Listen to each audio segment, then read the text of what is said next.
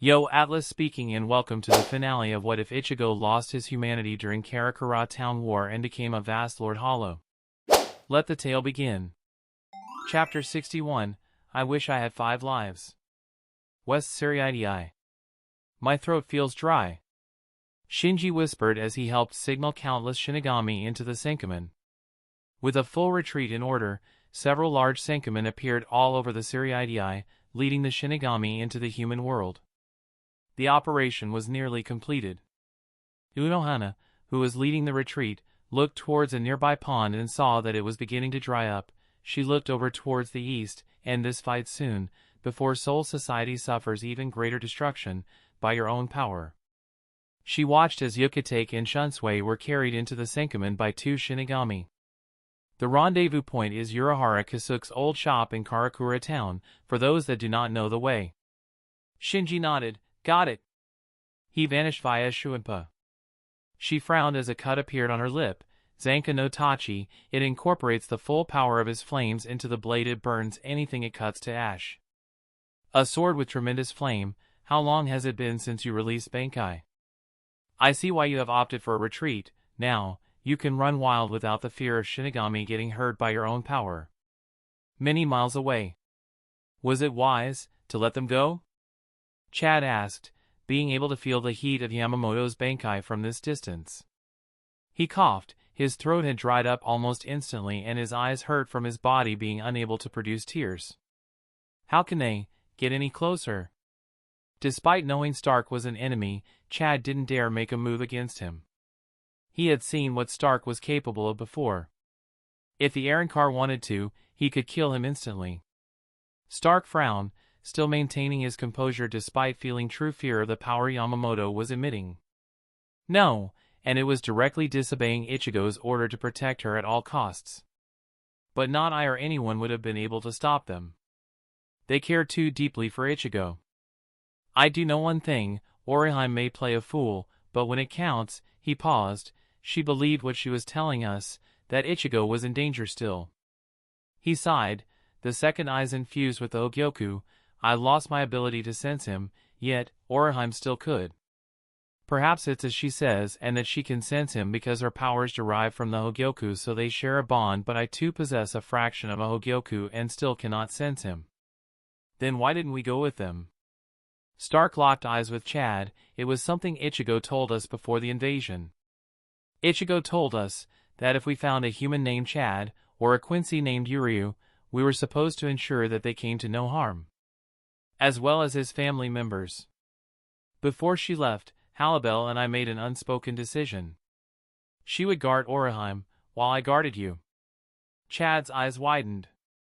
So while I disobeyed his order to protect Orihime, I am still protecting you. You must have been very close friends of his, if he wanted no harm to come to you. As he spoke, a pulsating aura began throbbing at the base of his abdomen. Something that he disregarded entirely.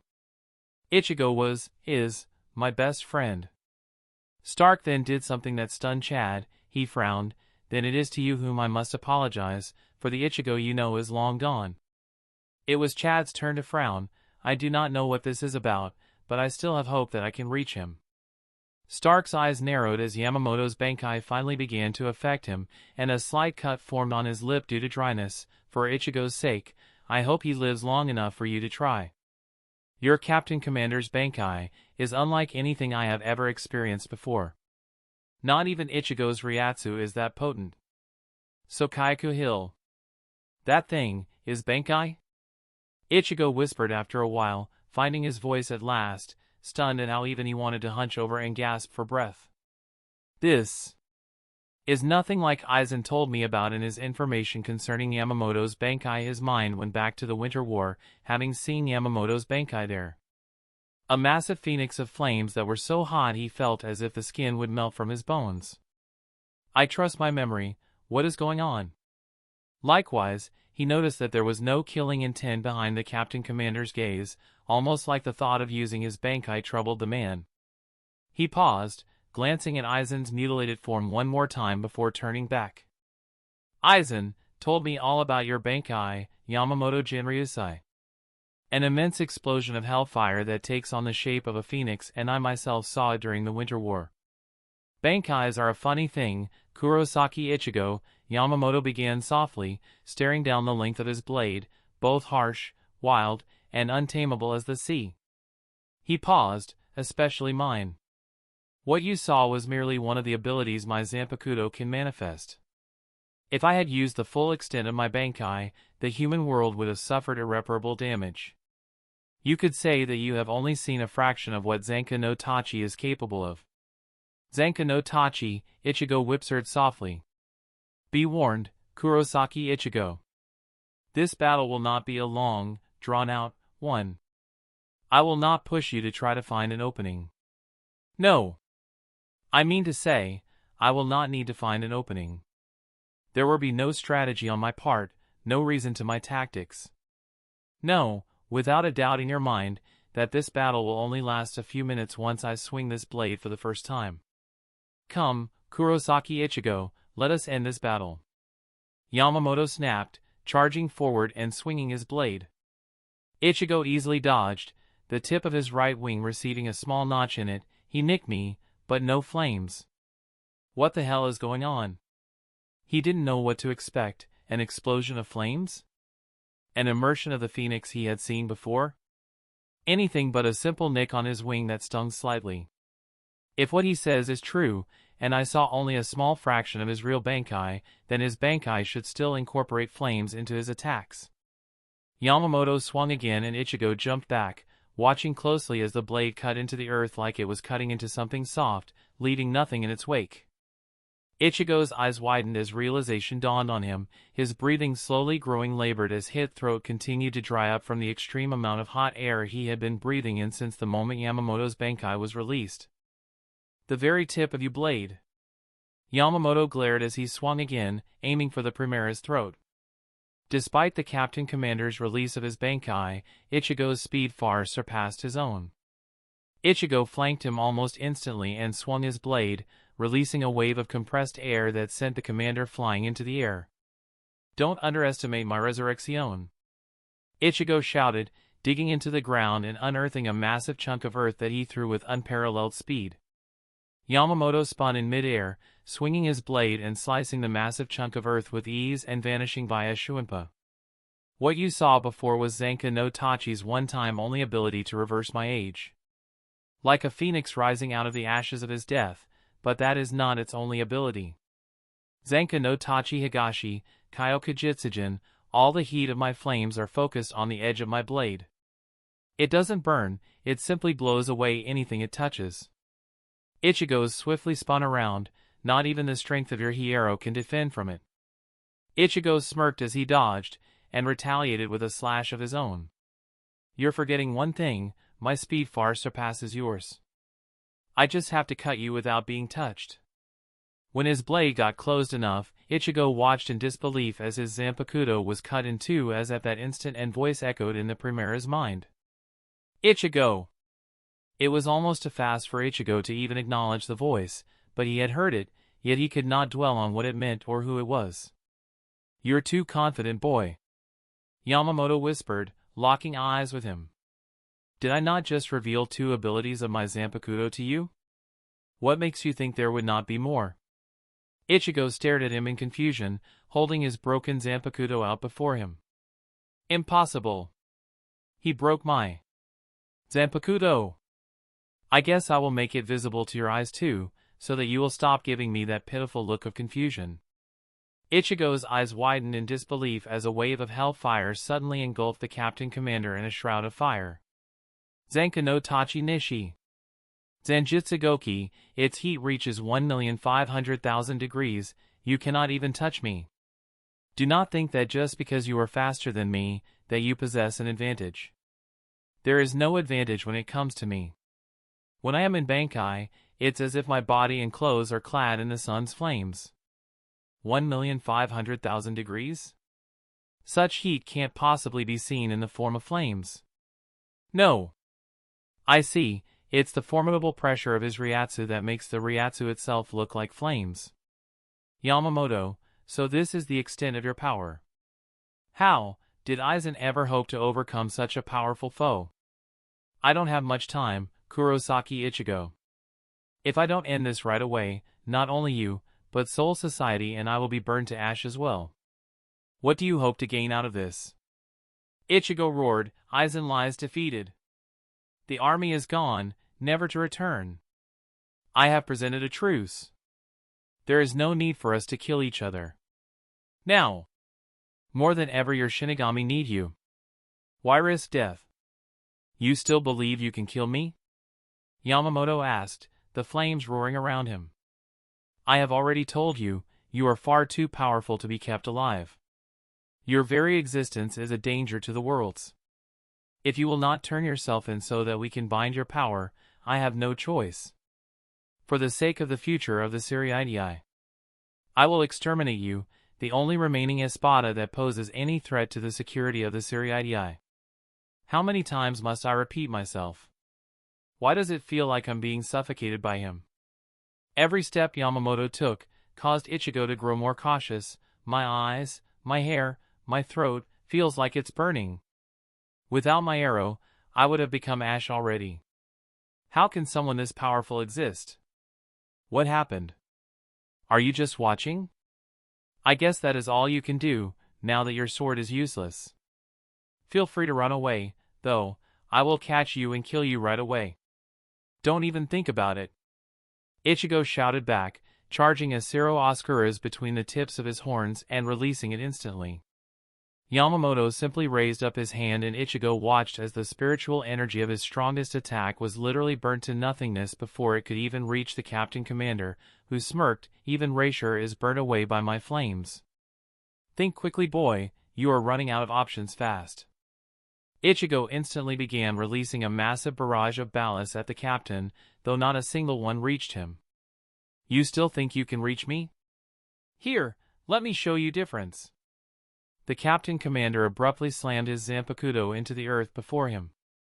Ichigo could do nothing but watch in disbelief as the ground ruptured and hundreds of burnt and ash-covered skeleton corpses burst forth, crawling out of the earth to do Yamamoto's bidding. He can revert in age, and even summon the dead? What kind of Bankai is this? He wondered as his eyes narrowed.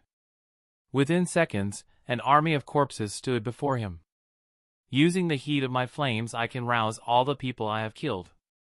They become my limbs and attack whomever I deem an enemy, until they become dust. The corpses swarmed and Ichigo swung what was left of his Zanpakuto downward, releasing a burst of air that broke a hole in the ash skeleton's formation for only a second before it reformed with more corpse. He jumped, narrowly missing the wave and charged towards Yamamoto, but he was faced with a wall of bone before he could even get close. You would face me with a broken Zanpakuto? Ichigo's eyes widened as a skeleton grasped hold of his wrist, which felt as if it was being scorched as his white Arrancar jacket burned away at the area. Before he could even react he was instantly engulfed by a sea of the undead. Yamamoto watched as Ichigo shouted out in both anger and pain as he swung his broken Zanpakuto to break free, but to no avail. Curse you! Ichigo roared as he tried desperately to escape the corpses. I despise you! Were it not for the searing air around them, tears would surely be rolling down the Primera's cheeks. I finally found a place where I belong, and you even have to take that away from me. Instead of responding, the Captain Commander turned his back to the Arrancar and slowly began walking away. From the countless skeletons around him, he caught a brief glance of the Shinigami walking away and the action only served to infuriate him more. Stunning the Shinigami for the first time since he released Bankai, Ichigo released a ground-shaking roar that emitting a shockwave with himself at the epicenter and Yamamoto watched as the army of corpses shattered from the pure force that struck them. When it was over, Ichigo was down on a single knee, the top part of his clothing scorched with black soot and several parts of his skin smoking and boiled from the heat. It's a shame for you, with such power, you could have killed me when we first crossed blades. Yet you feared harming your own. A noble thing to do. He nearly sighed, I am not going to kill you out of vengeance. You're not going to kill me at all. Ichigo shouted, charging a blinding white Cero from the tips of his horns, and even as he spoke more ash skeletons were beginning to emerge from the ground. Ichigo shot forward, bursting through a wall of bone before it could be fortified. Yamamoto was surprised by the action. You would risk coming so close to me? Regardless of the sun-like flames that the Captain Commander was clad in, Ichigo closed in on him almost instantly. You! Yamamoto almost pitted him, and Ichigo could feel the very air burning every cell in his body that would have had him crying out in pain were it not for his anger. You brought this upon yourself. He swung a split second before Ichigo released his point-blank zero. Zanka no Tachi North. Tenchi Kaijin. Ichigo felt the world go still as he watched, as if in slow motion, as a concentrated slash of unbelievable heat closed in on him.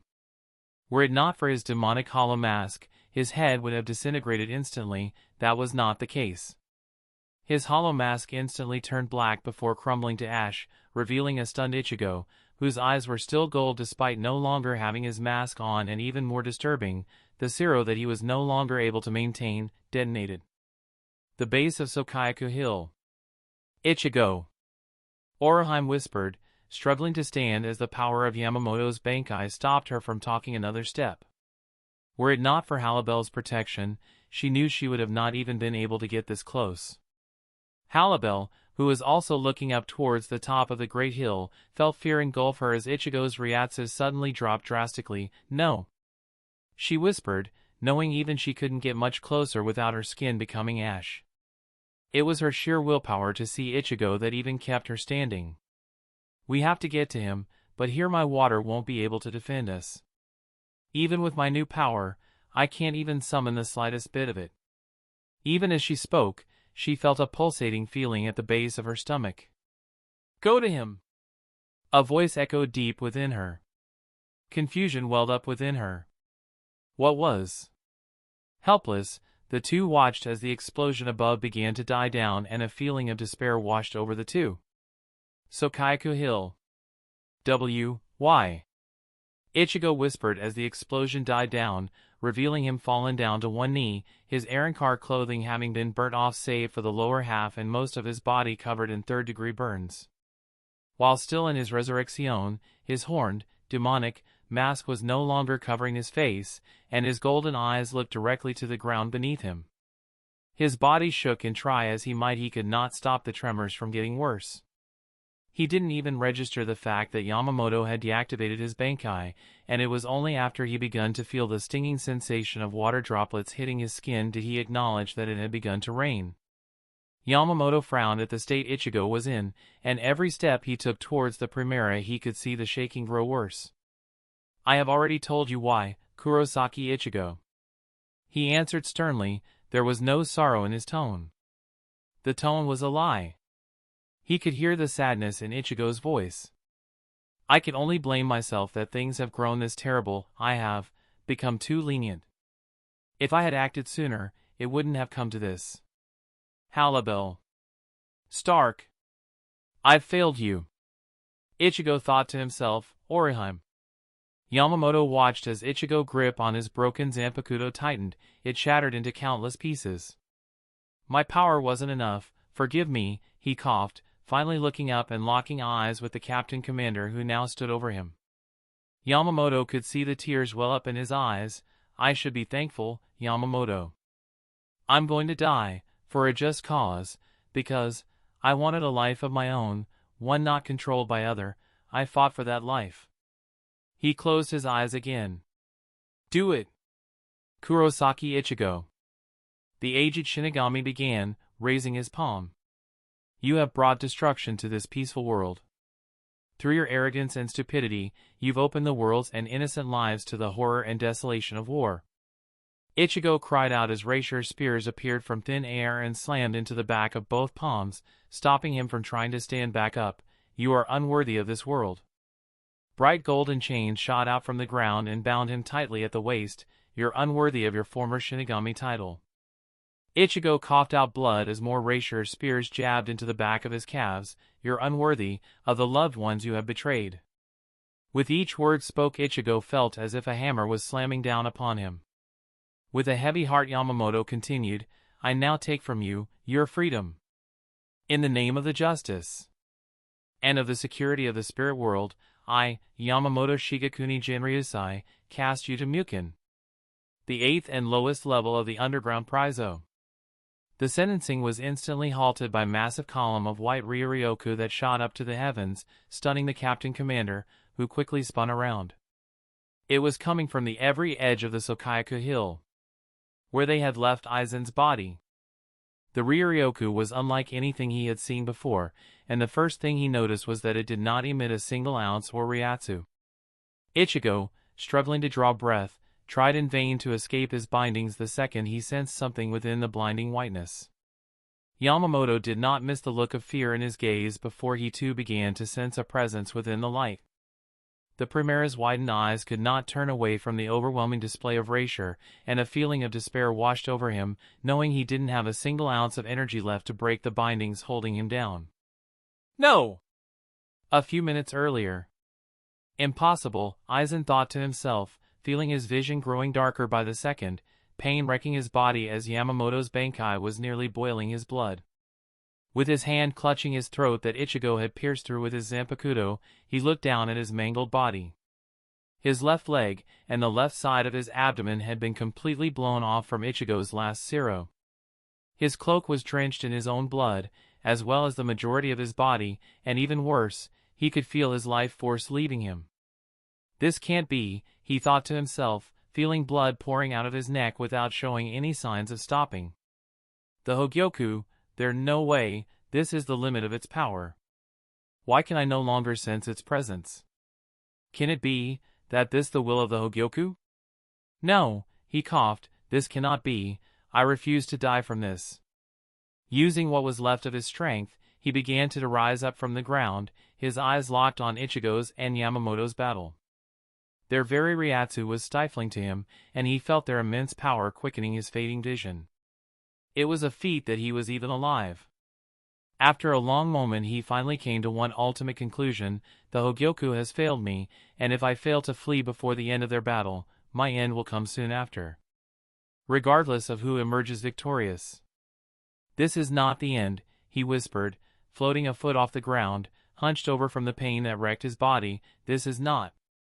The words died on his lips, his ragged breathing halted for a split second, and his eyes narrowed. After a moment he spoke, he began, still clutching his throat to slow the blood flow, his words coming out as smooth as silk, albeit tempered with pain. Even in this unseemly state, I am still a being that has transcended Shinigami and Hollow. The fact that your human body can withstand being so close to me is a feat in itself, Inoue Orihime. He looked over his shoulder and his eyes met storm-gray ones. Orihime and Harribel stood at the edge of the Sokyaku hill, finally having arrived. Aizen could see that Yamamoto's Bankai was affecting them the second he laid eyes on them. Aizen! Orihime whispered softly, her eyes revealing pain as she looked at Aizen's bloodied form and knowing Ichigo was to blame. Her breathing was labored, her clothes clinging to her body from perspiration. Harribel's eyes darkened when she looked at her former leader. She would have liked nothing more than to strike him down that very second. What is the meaning of this, Orihime? She frowned. I can't let you leave, Aizen. Aizen's eyes narrowed to slits. Be careful to whom you are speaking with, girl. When you first kidnapped me, before the first war, do you remember the reason you gave me for taking me to begin with? She asked softly, struggling to maintain her composure from the immense heat around them. You said, it was to use my power to quicken the Hogyoku's awakening. Of course, it was a lie. Aizen coughed up and Harribel could see his body trembling uncontrollably. But when you told me that, I came to a completely different conclusion. The former Shinigami nearly smiled, despite his state, don't let this form fool you. Nothing you can do will kill me. Orihime's appeared fearful for a second before Harribel placed a hand on her shoulder. Harribel frowned. She's stronger than I gave her credit for. Her true desire was to go help Ichigo, but she knew she was needed here. I can't kill you, she whispered, bringing her hands up to her hairpins, but I can reject you. Aizen's eyes widened in disbelief when he was suddenly engulfed in an orb of golden ryatsu. What? If what you say about her powers is true, she should be able to erase not only you, but the Hogyoku, from existence. Harribel whispered, realizing what Orihime was about to do. Aizen held up his hand and the golden Ryatsu eroded for the slightest second before the orb healed itself. His eyes became like death as he peered into Oriheim's. "You won't reject me, girl." He spat. She stepped back fearfully, and looking away from what was unfolding. For the first time, Harribel could see not only uncontrollable rage, but fear as well, emitting from him. He made to break through the orb again, but froze as his body seized up and the blood loss finally began affecting him. "This can't be," he whispered, slowly raising up his hand and watching as it began slowly disintegrating into nothingness. Tears rolled down Oriheim's eyes as she felt her power begin to erase Aizen from existence. "It had to be me," she thought to herself sadly, trying and failing to block out Aizen's shouting. "Curse you!" he shouted furiously, looking down and seeing the Hogyoku turning to dust. "Curse you!" he repeated, and with each curse he disintegrated more and more until finally, only half his face remained. Curse. Harribel watched, amazed at the sight before her as the last bit of Aizen vanished to nothing and Oriheim's golden orb dispersed. You did it," Harribel whispered, allowing the thought to sink in. Oriheim nodded, falling to her knees as the realization that she, a mere human, could help in a war that consumed the spirit world. "I did it." What happened next caused Harribel's and Oriheim's eyes to widen as a blinding white column of Ryuryoku appeared before them, mere feet from where they stood. Oriheim shook fearfully as she looked into the light before turning to Harribel. "Hallie." Before she could finish speaking, she felt a tug on her abdomen. Harribel shot forward as Oriheim was suddenly sucked into the white column, missing her arm by inches before she slammed against the Ryuryoku. "Harribel! Oriheim!" Harribel shouted, the light blocking the espada from entering and seeing what was happening within. "No," she whispered, fear engulfing her. "The far side of Sokaiku Hill." "Oriheim!" Ichigo roared, and with sheer willpower, broke the Kido binding that held him down and forced himself upright, a feat that should have been impossible with the beating his body had received. Were Yamamoto not taken aback by the sudden light, he would have been impressed with the display of willpower. He glanced briefly at the Primera, Kuro. Before he could finish, Ichigo mustered up all the strength he could and vanished in a burst of speed. "Kurosaki!" Yamamoto shouted, shooting towards the light like Ichigo. Ichigo slammed down a second later, falling to his knees right beside Harribel, who abruptly helped him up. "Ichigo!" she cried, holding him up and feeling a pain in her heart at how torn up he was. "Ichigo, I couldn't." He winced. "Oriheim." Harribel frowned. "I don't know any healing Kido. I can't help you, Ichigo." "We need to." Ichigo pushed off her. "Harribel, we can't leave Ori." He shot towards the light as Yamamoto appeared as well.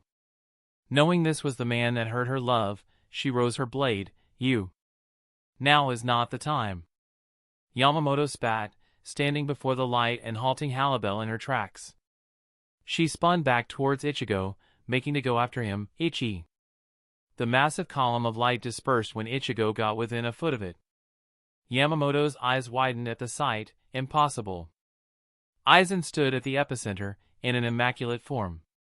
Completely healed from the injuries he sustained by Ichigo. He emerged with a hole in the center of his chest with a cross in the middle of it. A form-fitting white robe that, and flares out at the ends. His irises vanished, as well as his eyebrows.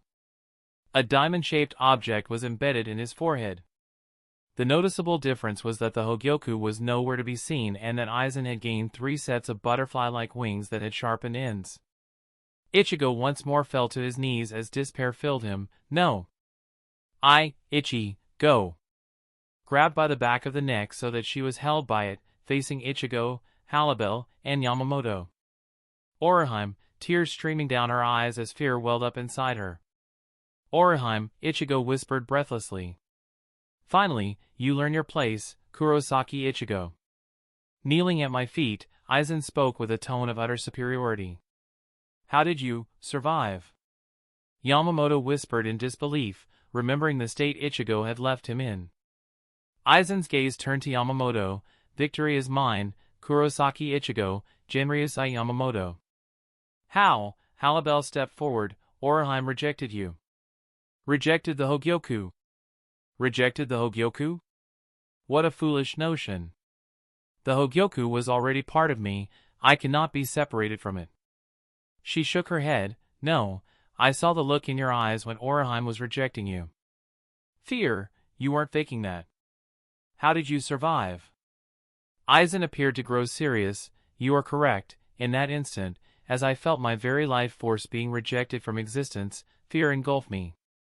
But it was also in that instant that I truly understood the Hogyoku. He paused. Fear is necessary for evolution. The fear that, at any moment you can perish and vanish from existence. Thank you, Orihime. Due to your efforts I have at last become a being that truly ascends Shinigami and Hollow. Tears freely flow from Orihime's eyes. Ichigo, I'm so sorry. Orihime. Don't worry, Ichigo coughed up blood. I'll save you. Aizen smirked. You would lie to her? I didn't think you would be so heartless. Such a shame.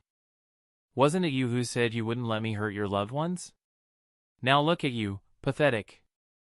Yet, you still have that fire in your eyes, as if you still have a chance. Let me show you the depth in which I despise you. Let me show you how far ahead I have planned out ways for your spirit to break. To think, moments ago I feared I wouldn't be able to enact this last bit of vengeance on you before my final breath. I'm glad. As he spoke, 2 virtual screens appeared behind him, that I get to see the fire in your eyes diminish. Ichigo's eyes widened at what the screen was displaying. Screen 1, far end of the seriidii. Chad? Stark shouted, kneeling over the human who was currently clutching at his abdomen in pain. Gray. Chad yelled as unimaginable pain engulfed his body. Stark took a step back, not knowing what was happening. Chad! Chad! Chad began thrashing around as he left his blood become like lava and his skin began eroding away. G-O-O-O. He shouted manically as his body began shining brightly. No! Stark whispered as realization dawned on him what was occurring. Aizen! Run! Chad roared. Sokaiku Hill. Ichigo watched as the screen shattered and far off in the distance a massive explosion erupted skyward, large enough for them to see from Sokaiku Hill. Chad! Stark! Ichigo shouted, spinning around towards the direction of the explosion. Guilt filled Yamamoto, knowing he shouldn't have had Chad fight. He knew he could become a casualty of war. Just one more soul I couldn't save. Harribel felt as if someone punched her stomach at feeling Stark's reaction vanish. Orihime cried out at having seen Chad become a human bomb. She felt her heart beat. Ichigo spun back around, staring at the second screen through the tears that begun flowing down. Screen 2 Central 46 Compound. Stay behind me, Karen. Isshin shouted, standing in front of her defensively as he held Yuzu in his arms. Fear was evident in his eyes as was it in Karen's, who was trembling. Damn it, I couldn't get them out of the seriidii fast enough, now this. Before the 3, Zaraki Kenpachi's monstrous form had, moments ago, emerged from the wreckage and rubble, his intent clearly violent as he raised his Zanpakuto. How he was alive after Ulquiorra's devastating assault was unclear. Isshin knew what was occurring the second he laid eyes on the captain. This is Aizen's doing, the same virus. The same virus that turned the wizards into. A milky white substance was flowing freely from Zaraki's right eye, threatening to engulf his entire body. Isshin's eyes widened as blood suddenly sprayed from his chest, stunning him into dropping Yuzu. Karen's cried out as she watched her father take a few steps back as clutch his chest. He winced, wrapping Karen in his arms and looking up, his heart dropped. Yuzu was hunched over, like Zaraki, a white substance was pouring out over her body and coating her face. Yuzu! Isshin shouted, falling to his knees and feeling despair as Zaraki and his daughter began walking towards them. What do I do? Sokaiku Hill. No! Ichigo spat as the screen vanished. Aizen reveled in Ichigo's despair. In your weakness you forgot how capable I am. With Kyoka Suigetsu, I set the bomb within Chad's soul. I was the one that infected Zaraki and you sister with the virus that will hollify their souls. When? Harribel whispered in disbelief at what she had seen. When did you use Kyoka Suigetsu? Aizen smirked. When did you think? I wasn't using Kyoka Suigetsu. I could have used it any time during this war. I warned you all how unwise it was to challenge me. He paused, his gaze turning back to Ichigo. Now, Ichigo. I want you to do one more thing. I want you to lie to Orihime once more. Tell her everything is going to be okay. Tell her that you will save her. Flames erupted around Yamamoto, for he could no longer just stand aside and watched as the monstrosity before him continued unchallenged. Don't you dare hurt that girl. Aizen smiled. Lie to her, Ichigo. Ichigo. Orihime cried, slowly reaching out to him. Ichigo struggled to stand up, but not all the willpower in the world could make it so. No. Please. Please no. Aizen. He roared, please and no. Harribel frowned, feeling at a loss for what to do. I swear to you, Aizen.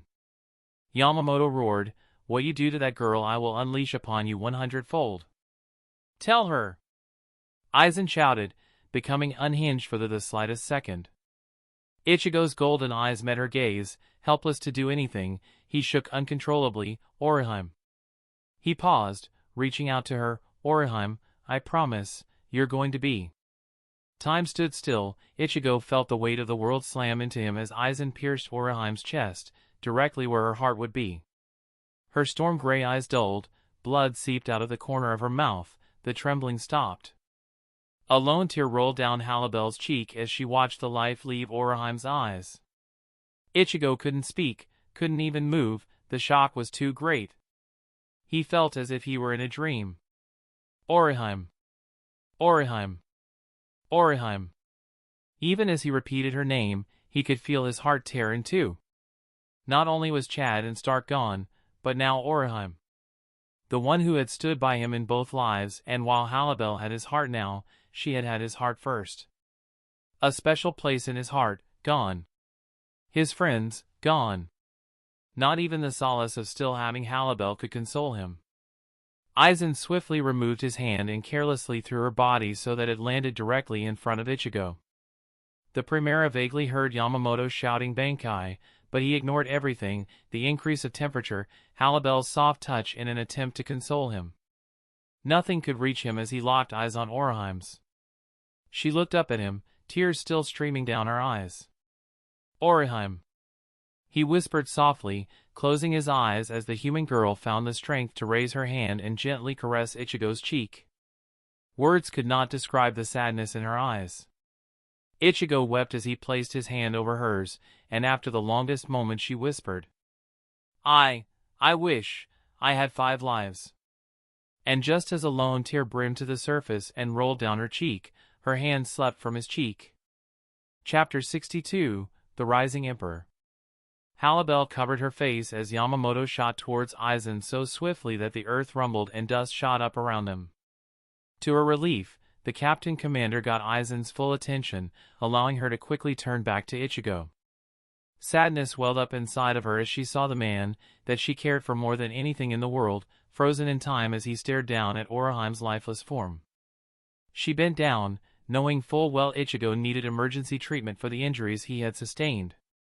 She looked up towards Yamamoto and Aizen, who were apparently at a standoff. This is our chance. We have to get out of here. Ichigo. No response, he didn't even blink.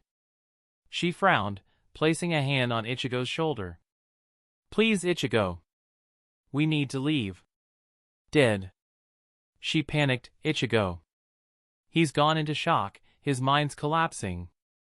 Ichigo's golden eyes refused to leave Orihime's body. Chad. Stark. Orihime. Dead. I couldn't save a single one. Harribel was taken aback, and in a moment of sadness whispered, You talk as if you have lost everyone. What about me? You still have me, don't you? Please, Ichigo, come back to me. She closed her eyes, remembering the months leading up to this war. After Ichigo professed his love to her, she had never been so happy. Ichigo had made peace with his past and regained memories. He was no longer depressed. She knew better, deep down. Ichigo no longer knew how to live in the present, without thinking of the past. She didn't blame Orihime, but she couldn't deny the resentment she felt by the way Ichigo looked at her. He cherished Orihime as much as he cherished her. She wondered if Ichigo would be acting like this if she were in Orihime's place, dead at his feet. She was knocked out of her thoughts when the ground beneath them began shaking, the cause of which was neither Yamamoto or Aizen. She winced as pain shot up the arm that was touching Ichigo, causing her to let go of him. "Ichigo?" She whispered softly, suddenly feeling the throbbing sensation at the base of her stomach once more, this time, more violently. "What's—" She fell to her knees, doubling over in pain. "What's going on?" The ground which was shaking suddenly grew more violent, and through her pain Harribel watched as rocks and pieces of earth began lifting off the ground and slowly rotating, with Ichigo at its epicenter. "Ichi-go!" She shouted, clutching her stomach tightly as black rachor began pouring out of Ichigo and circling the both of them as well as the earth. She cursed Urahara for not being there. If anyone knew what was going on, he would. Ichigo remained where he was, kneeling, not even registering what was occurring around him. In the instant she realized she would not get a response, she cried out, feeling as if her very soul was being ripped out of her body, and before her very eyes saw a third of a shattered black orb that pulsated with dark power. The Hogyoku shard I absorbed? She realized, watching as it shot towards Ichigo and slammed into his chest, causing the Primera to cry out in rage. Not a second later Harribel saw a second piece of the orb, the piece she knew Stark had absorbed, slammed into Ichigo as well. "Ichigo, what's happening?"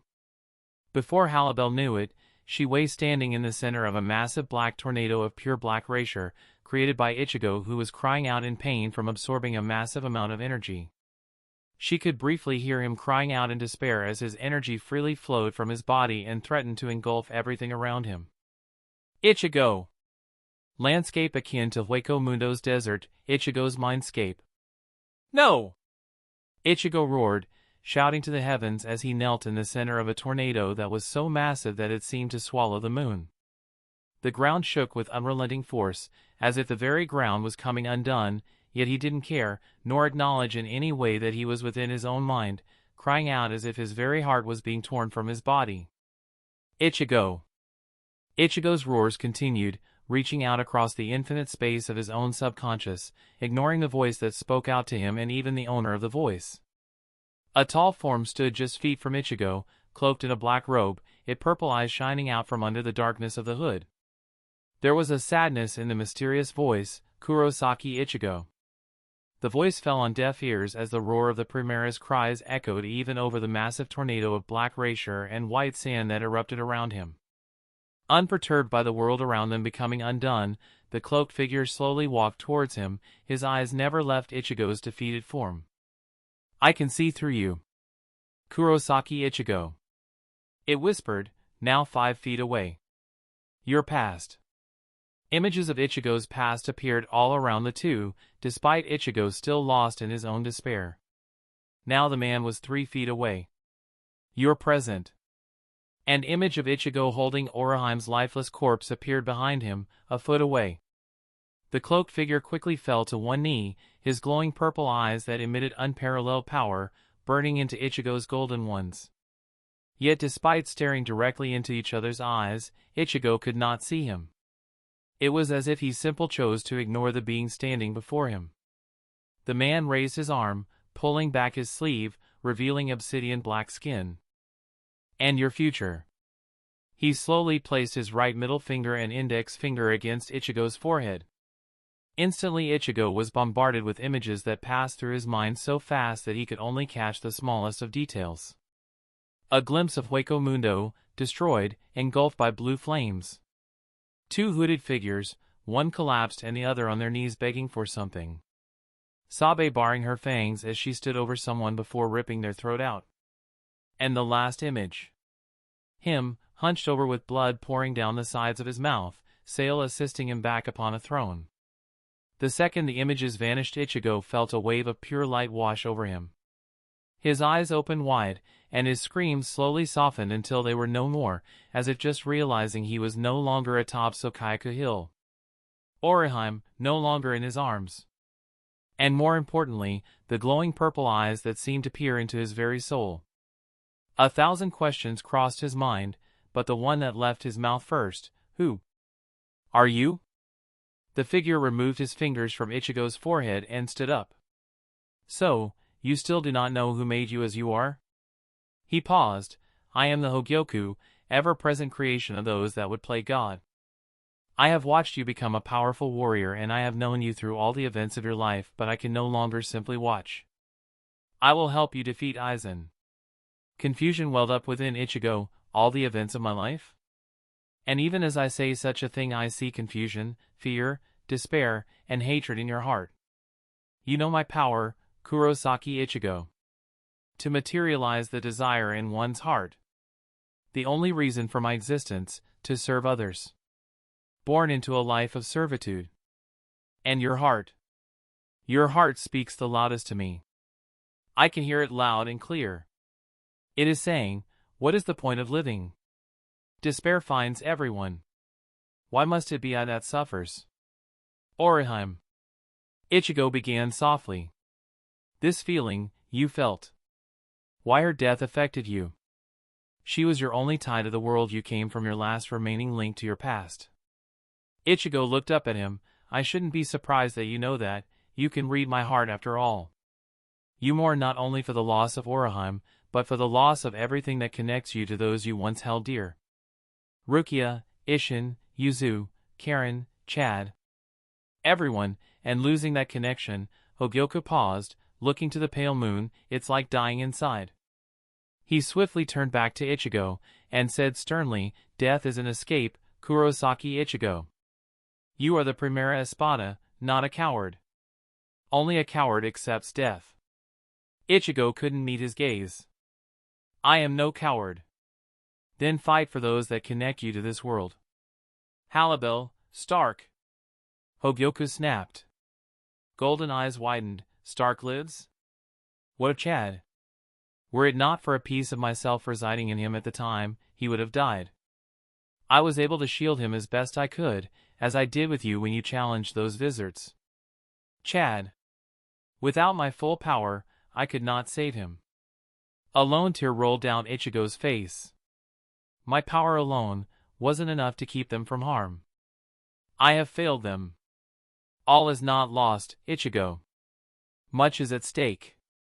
I cannot defeat Aizen, he will only get more powerful, and Yamamoto. I am no longer a broken shell. I am whole once more. He raised his arms. I am every bit as powerful as the Hogyoku within Aizen's being.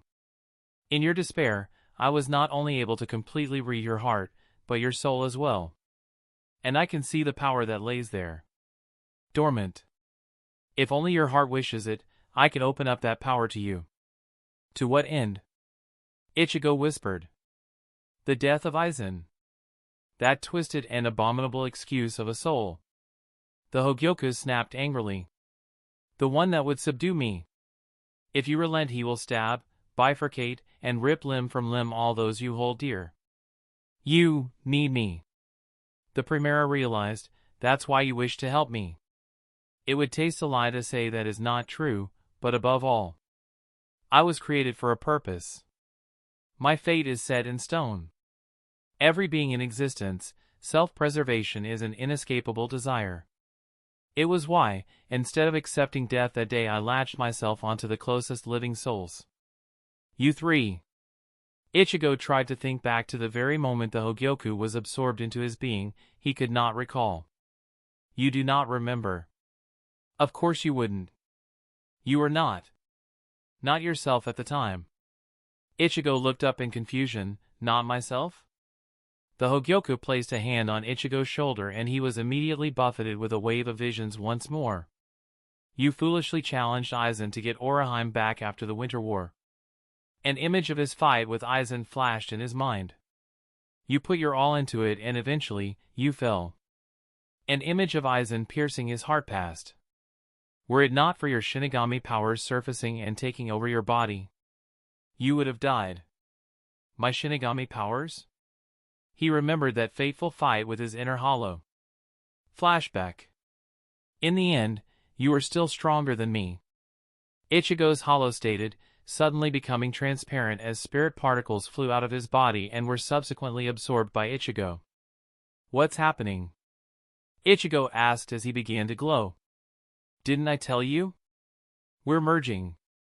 Then why did you say I might regret killing you? Because all killing me did was give you power. You have lost your life. When you go back to Hueco Mundo you will be an Arrancar. Your only desire will be to kill Aizen, and after that you will behave and live like a regular Arrancar. Hollow Ichigo said. Ichigo's eyes widened. You're lying. Ichigo exclaimed, his hollow laughed. Flashback end. After that he remembered only blackness until he found himself standing before Harribel and Stark. His new life had begun. No, you're wrong, it wasn't my Shinigami powers that came to my aid. It was my inner hollow trying to take control. And it did, it won, and in the end, I was consumed by it. The Hogyoku slowly tilted his head to the side. There is so much you don't know about yourself, and it is not my place to divulge such information. Believe me when I say, were it not for your inner hollow, you would have died. He had no choice but take control of you. He was the only reason you had the power to unleash your full Shinigami powers and defeat Aizen with your resurrection. He doesn't know what he's talking about. He speaks as if my Shinigami and hollow powers are one. Ichigo grew angry. You don't know what you're talking about. You have been with me the entire time. You should know. Even now he torments me, both Zangetsu and him. Trying to change me, control me. The Hogyoku took several steps back. Are you referring to those two? He waved his arm and Ichigo watched as his hollow, in his resurrection form, and Zangetsu appeared, staring at him motionlessly. Both wore blank expressions, as if they were in a trance-like state. Or could it be, you are referring to these two? Ichigo's eyes widened in disbelief as a second set of his inner hollow and Zangetsu appeared, only this time the two were bound in chains. What? What is the meaning of this? Ichigo asked, slowly standing up. Sokayaku Hill. You were wise. To signal a full retreat, Aizen began, standing proudly before the captain commander of the Gotei 13, unaffected in the slightest at the raw heat that permeated the air around him. But unneeded. You know as well as I do, the boundary between worlds is beginning to collapse thanks to our good friend Kurosaki, Ichigo, and yourself. That was something I wanted to avoid entirely. That is why I ordered the Arrancar army to incapacitate, not kill. After all, I will be God, and if my world is in disrepair, it would be my duty to fix it. Your words are like a poison, Aizen. You will never be a god, you will always be a child with an ego too big to control. Aizen smirked, his wings spreading out around him. Thanks to Inoue Orihime, I have truly transcended into a being far stronger than anything before. Now, I am strong enough to truly defeat you. It will not be as it was last time, here. I won't have to hold my power back for fear of others losing their lives to it. The damage is already done. I have nothing holding me back now. I will defeat you, Aizen. I will not go easy on you, because you have only one arm. And I know all the abilities of your Bankai thanks to Kurosaki Ichigo. You are at a disadvantage. The concept of advantage and disadvantage has no meaning when it comes to my Bankai. Yamamoto snapped, shooting forward and swinging his blade.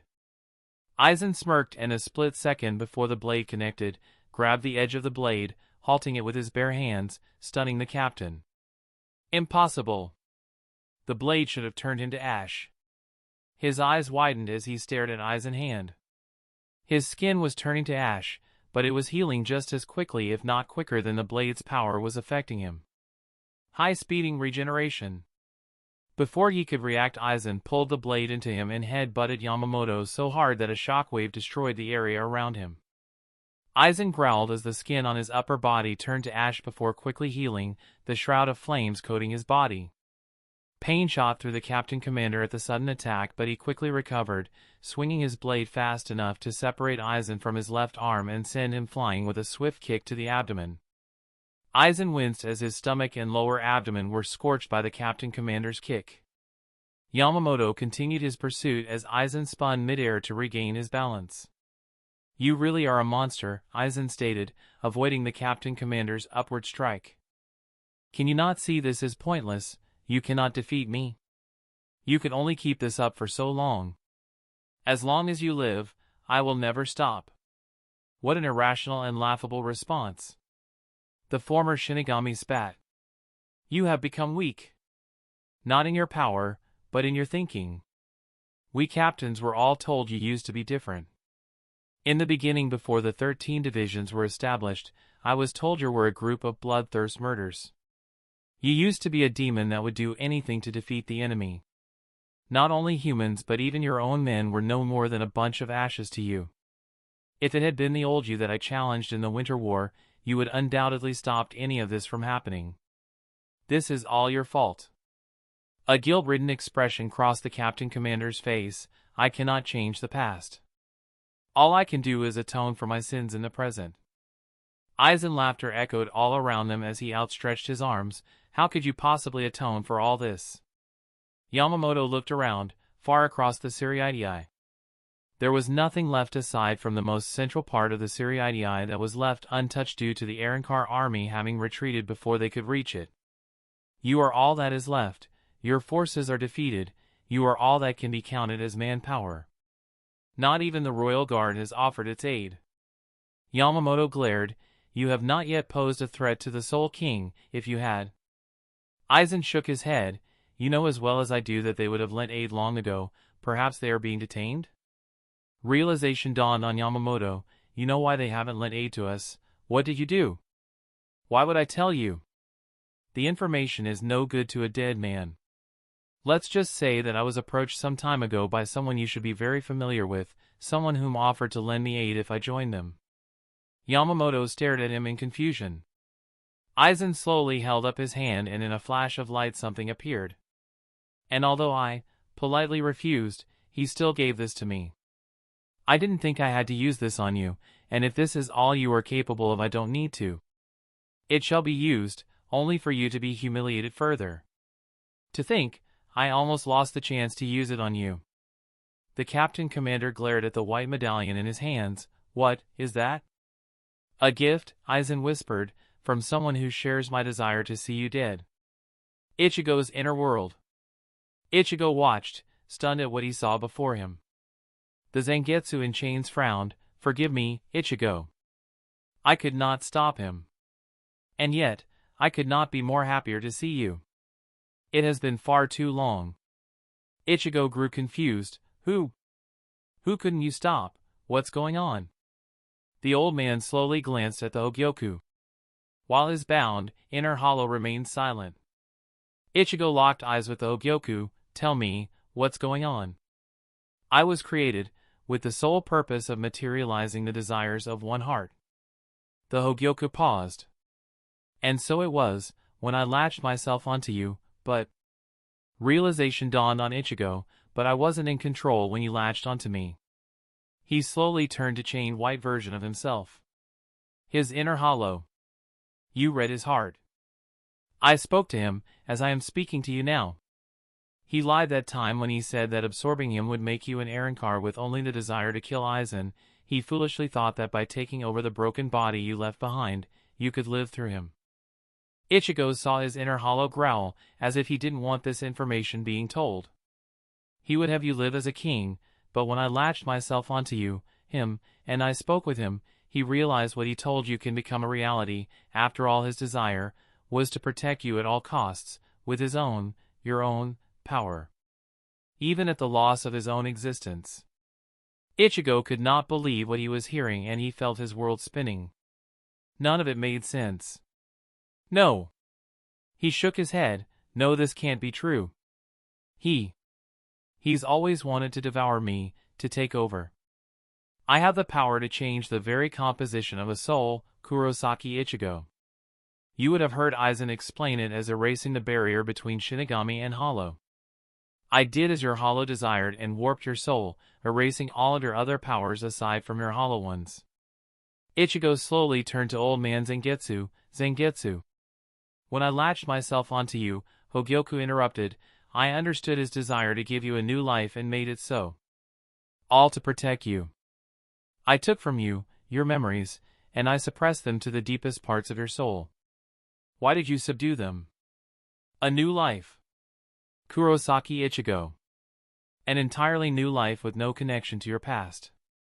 It was necessary and he, Hogyoku pointed to his Hollow, understood that concept well. All, to protect you. Ichigo glanced at his inner Hollow. What? Who? Who are you? His inner Hollow glared at him. I have already told you. I'm Zangetsu. Ichigo glared, still with the lies? None of this makes sense. He turned to the unchained Zangetsu and Hollow. If you are telling me they are the real ones, who are they? There was silence for the longest moment. You're not asking the right questions, Kurosaki Ichigo. Your question should be: if I suppressed your memories and erased everything that tied you to your past, why would your memories slowly return to you? Why would your memories manifest in physical form and attack you in the guise of these two? 'Cause you were not at full power, correct? They told me the original Hollow left a portion of his power in me in case I started reverting back into my old self, and Zangetsu wanted to kill me because of what I had now become. All lies. Hogyoku stated abruptly. Ichigo's eyes widened, then. There was an unforeseen side effect of erasing your past and making you an entirely different person. Your heart changed as well, and as I said before, I existed to materialize the desire in one's heart. Do you know what your heart desired in your new life? Ichigo felt waves of memories as his time with the Arranger washed over him. To belong. I wanted to belong. To know who I was. And so, your memories returned. Ichigo shook his head. None of this explains why you created them. What is their connection to the desires of my heart changing? Your explanation is filled with. All of a sudden Ichigo's eyes flashed with rage and realization hit. He shot forward, instantly grabbing the Hogyoku by his neck. The Hogyoku didn't move. You created them. You were the one that took my powers from me. My instincts. My healing. It's your fault. Your fault I couldn't save him. It's your fault I couldn't save Chad. Or Orihime. He didn't see the two fakes vanishing from existence. It was all you. All of my suffering.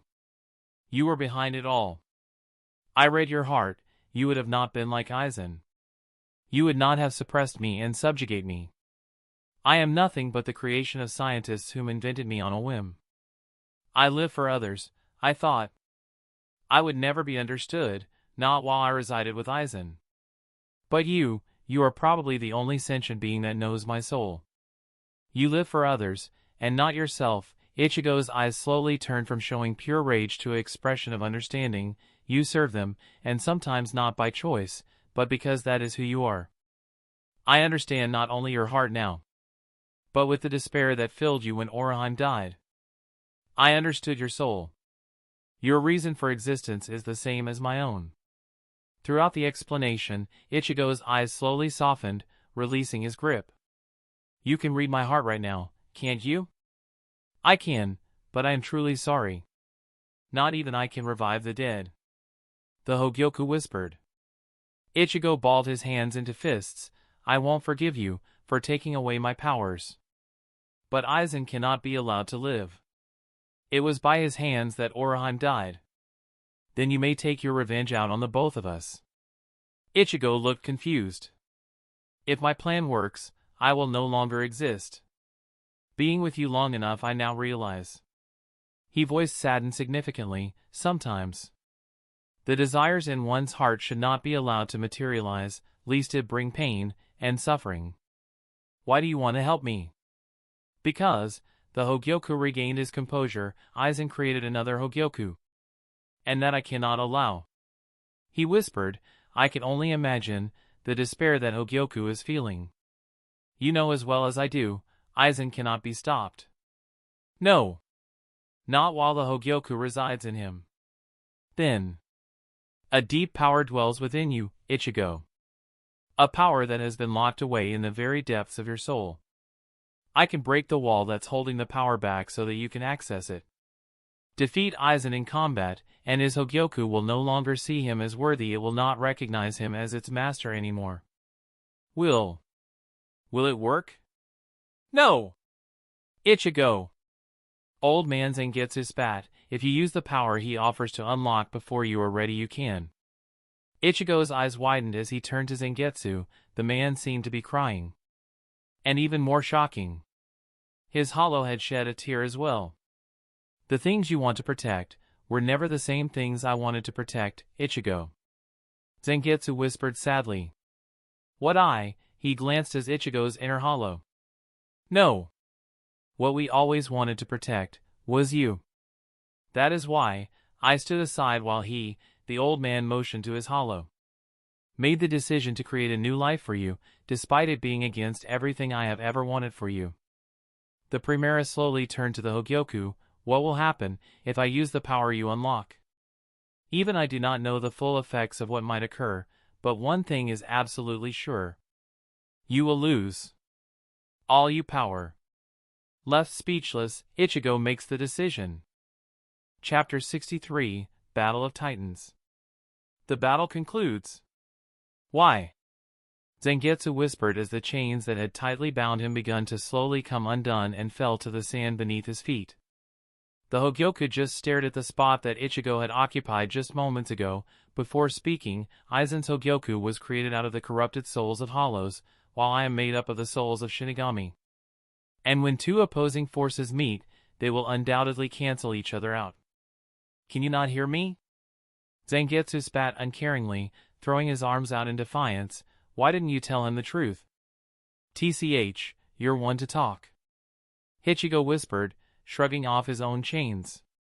The truth? In the end, not a single one of us told him the truth.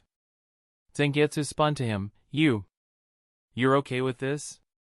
Ichigo's golden eyes bore into Zangetsu's. In my opinion? We both failed in protecting him. Coward! You know as well as I do what will happen if he uses that power before he is ready. He won't lose his power. Of course he won't, the Hogyoku whispered, turning towards the two of them. But if I had told him the truth, very few things are worse than knowing you have the power to protect your loved ones, but not being able to use it. It is a burden he will have to bear the rest of his life. How will he know how to use your power? Ichigo whispered to Zangetsu. I am transferring the knowledge to him now. Zangetsu replied sadly. So, I guess this is goodbye. Sokaiku Hill. How? Yamamoto whispered, staring down at Ryujin Jaka with a look of absolute disbelief. Ryujin Jaka? Aizen smirked, watching as Black Racier was absorbed into the white medallion he held up towards the stunned Captain Commander. What an amazing device, isn't it? Not even I would have been able to come up with such an ingenious invention. He began, his purple eyes locked on it. To think the wild have come up with something like this. He stole my Bankai? Yamamoto whispered to himself, not even sure he believed his own eyes. How is such a thing possible? Ryujin Jaka. Silence. It was as if he was staring into a regular katana.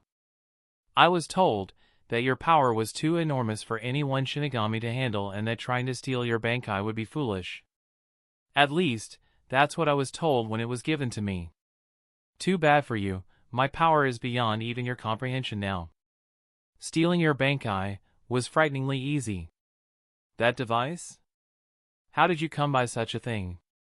Yamamoto shouted furiously. And who gave it to him? What could possible know and figure out how to?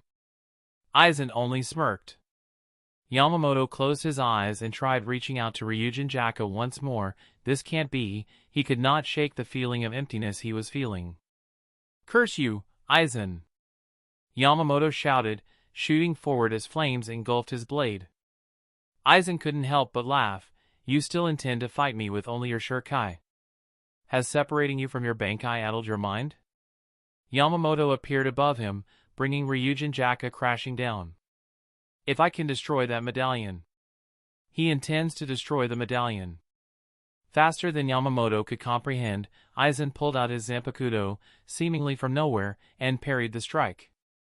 Time stood still for the aged Shinigami as the unthinkable occurred. The flames that were surrounding Ryujin Jaka dispersed, and a second later, the Captain Commander watched as Ryujin Jaka, the most powerful Zanpakuto in the world, split in half. His eyes slowly widened as he watched the top half of his Zanpakuto hit the ground. The flames that blazed to life from his Ryatsu vanished, as did his only means of stopping Aizen. You yourself realize that I stole your Bankai. What made you think I wouldn't have been able to use it against you? The Captain Commander took a few steps backwards. That fire in your eyes, still ablaze? Shall I extinguish it? Bastard! Yamamoto shot forward and grabbed Aizen by his throat with his remaining arm. Aizen's purple eyes burned into the Shinigami as Yamamoto's Ryatsu began to rise once more. I see, you're using the power of your Ryatsu to offset Zanka no Tachi, West. Yamamoto winced. Not matter how much he tried to offset the heat of his Bankai, it was useless. He watched as his hand that was touching Aizen began to blacken and burn. He closed his eyes as the pain of being burned alive coursed through every cell of his being. Aizen just watched, impressed with how long Yamamoto was holding on to him. Defeating me with both hands would have been impossible, and now you sacrifice your remaining one. I can do nothing more than this, Yamamoto thought to himself, tightening his grip. He cannot be allowed to wield such a Bankai. He closed his eyes, Hato number 96. Aizen glared. You don't see losing as an option, do you? Before the Shinigami could activate the Kido, Aizen thrust his hand through his body, directly where his heart would be, an action so instant that it could have easily been missed. Yamamoto let go instantly, fear evident in his eyes as he stumbled back and fell to his knees. It didn't even bleed, the heat of his Bankai having cauterized the wound while scorching his lungs and heart. Such was the power of Zanka no Tachi West. Yamamoto grasped for breath as the power of his own Bankai began to descend upon him. He couldn't breathe, his vision faded almost instantly. I failed. The heat of his Bankai slowly vanished as Aizen began walking towards the defeated commander. Yamamoto Jinryusai, to you alone I will not say, I will not kill you. You are the very history of Soul Society itself, and as such, it is only fitting, you die by my blade. You truly were a great Shinigami. The problem, Yamamoto coughed out, gasping for breath, with great people, is that their mistakes are equally great. He slowly closed his eyes, waiting for the coming blow. Aizen raised his blade. Well said, Yamamoto. You will always be remembered as the man that failed to keep the world safe. As he saw Aizen's Zanpakuto slowly rise up, Yamamoto watched his entire life flash before his eyes. All of his mistakes. His loved ones, everything. A single tear rolled down his right cheek. I'm sorry. Aizen made to bring Kyoka Suigetsu down right between the captain's eyes, but froze, the blade stopping just inches of reaching its target. Time appeared to still as Aizen's emotionless eyes stared down at the clawed arm wrapped tightly around his wrist. Despite his vision having rapidly faded, Yamamoto knew who it was that had saved him. Not another inch, Aizen. Ichigo stood before the two, fully healed from his previous injuries. The only proof that he had even seen battle was his tattered Arrancar hakama that now only covered the lower half of his body, the top part having been turned to ash by Yamamoto's Bankai.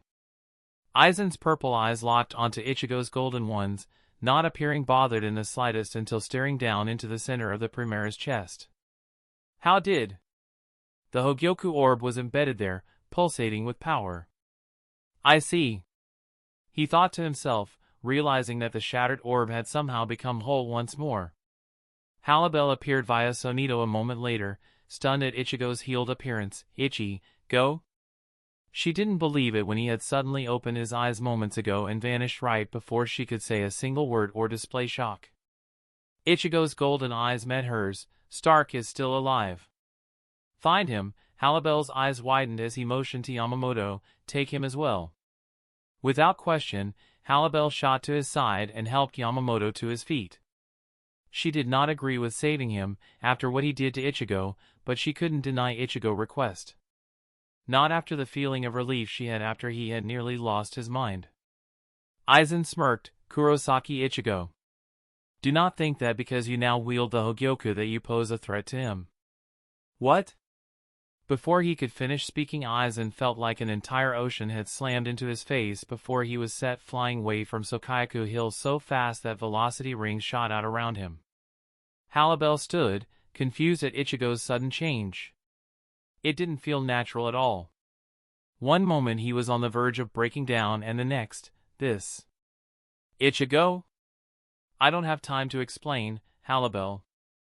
Ichigo whispered softly, walking up to her and caressing her cheek. She closed her eyes briefly. Why can't I shake the feeling that something is terribly wrong? He glanced at Yamamoto, and he knew almost instantly that the captain wouldn't last much longer. You tried to avenge Oriheim's death, Yamamoto. And for that I will not kill you. He turned back to Harribel. Once he and Stark are safe, protect Oriheim's and Chad's body. Please.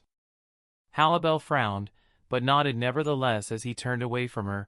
Be careful. Ichigo smiled sadly. This will be over soon. Wait for me. Destroyed remains of West Rakamgai. Ichigo appeared a foot away from the crater that Aizen had created when he slammed into the ground, miles away from Sokayaku Hill, watching as the dust began to settle.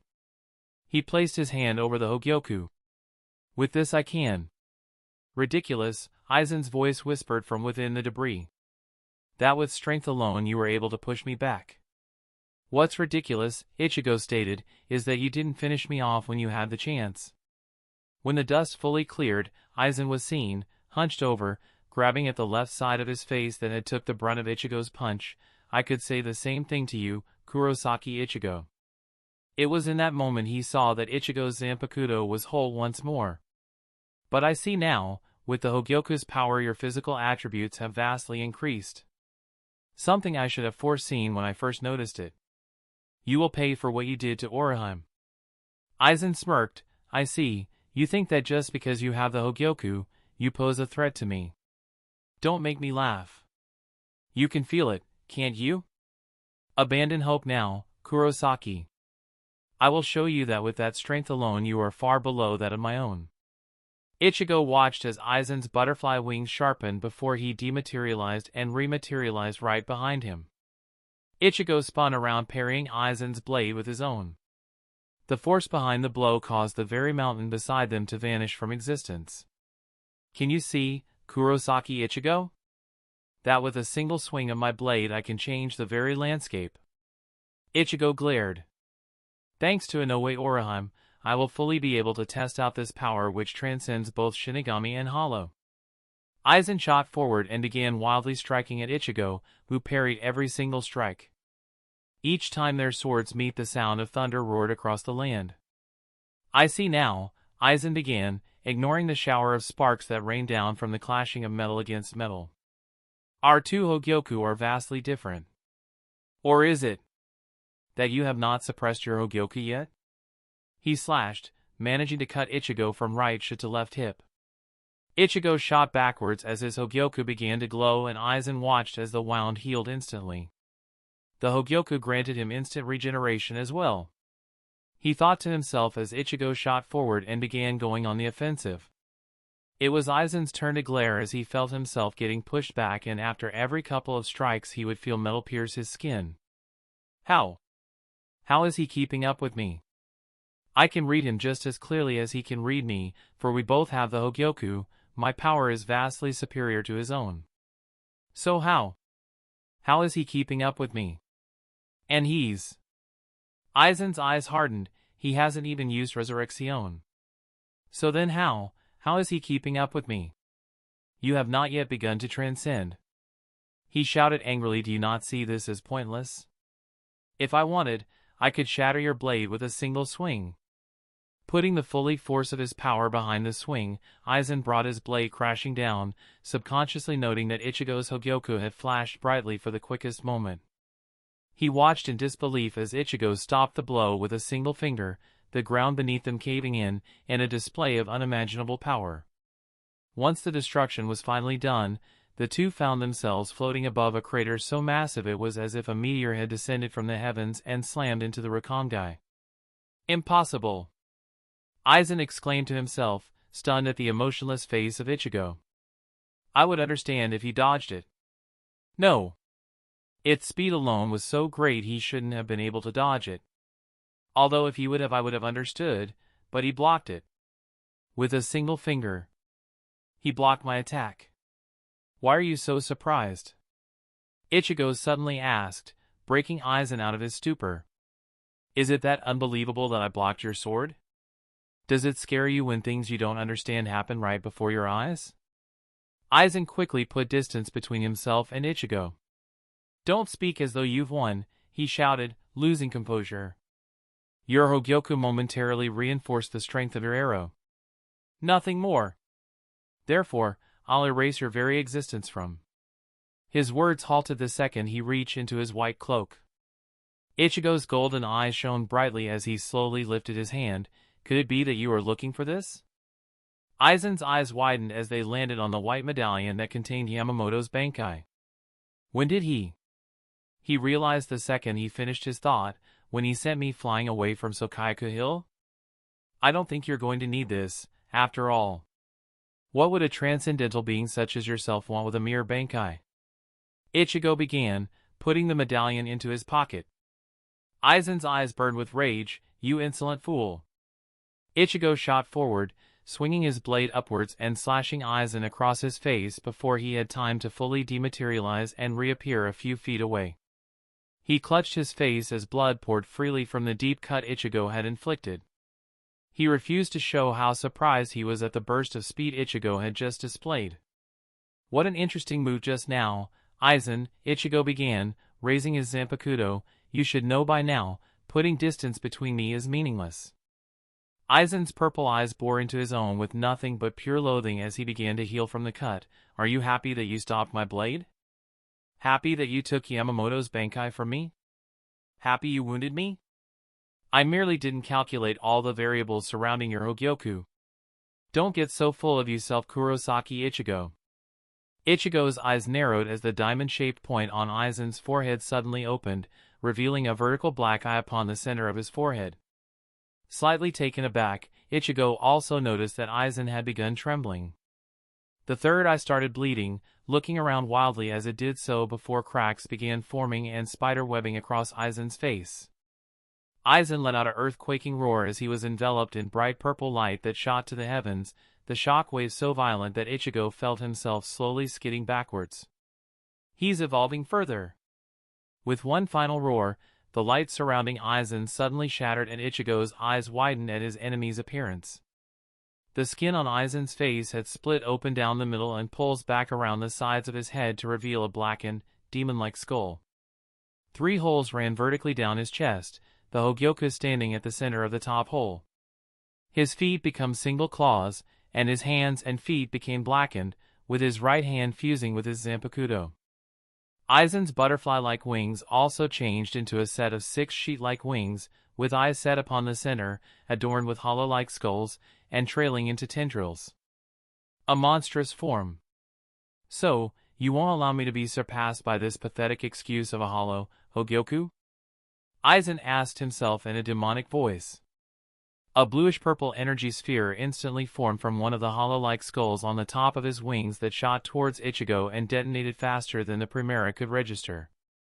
Aizen watched the explosion that was so massive that Harribel and Stark had felt it from 15 miles away, emotionlessly, knowing that Ichigo wouldn't have died from that blast, even as violent as it was. When it died down, and Ichigo emerged, Aizen growled.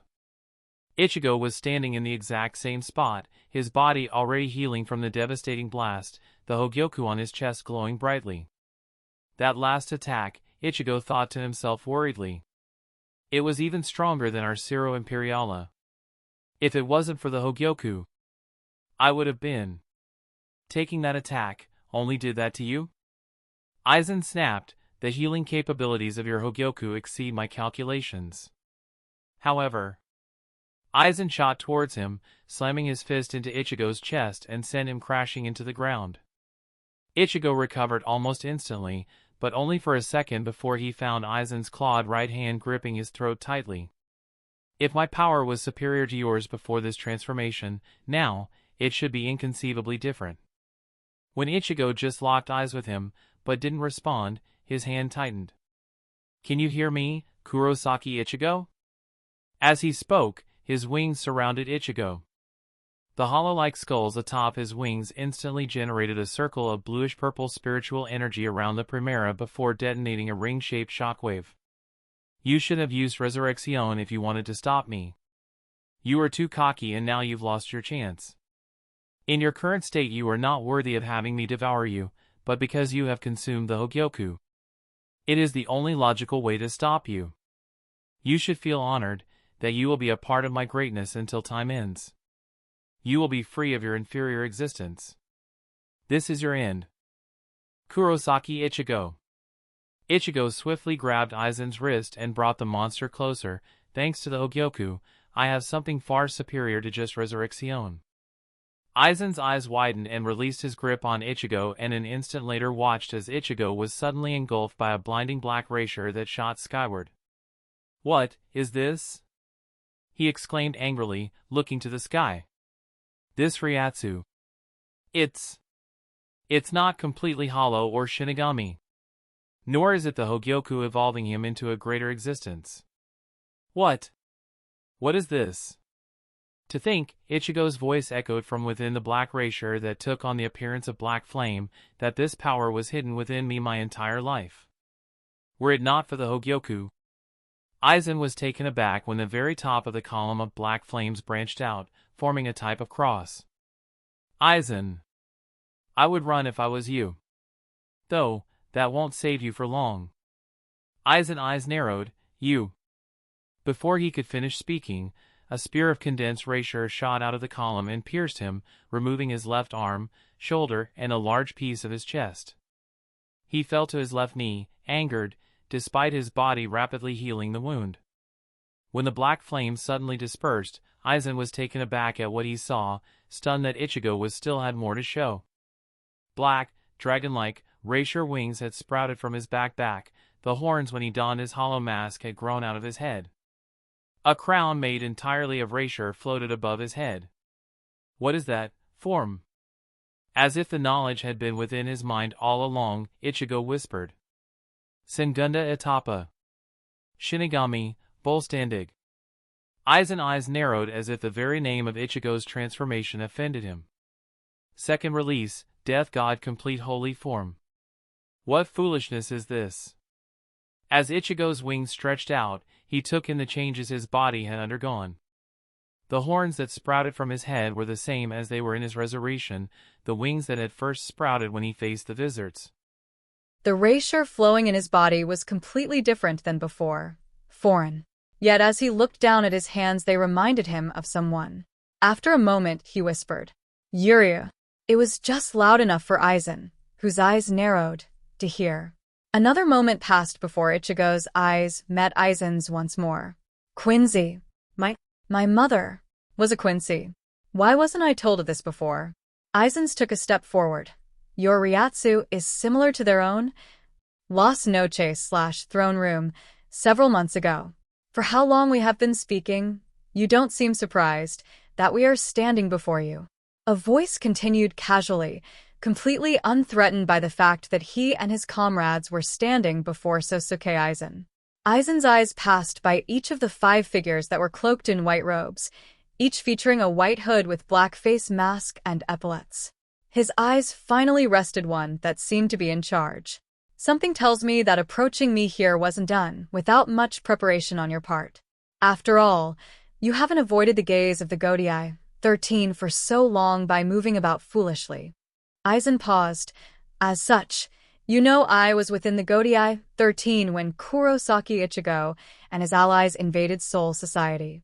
The second I realized one of Kurosaki's allies was a Quincy, I had already foreseen this possibility.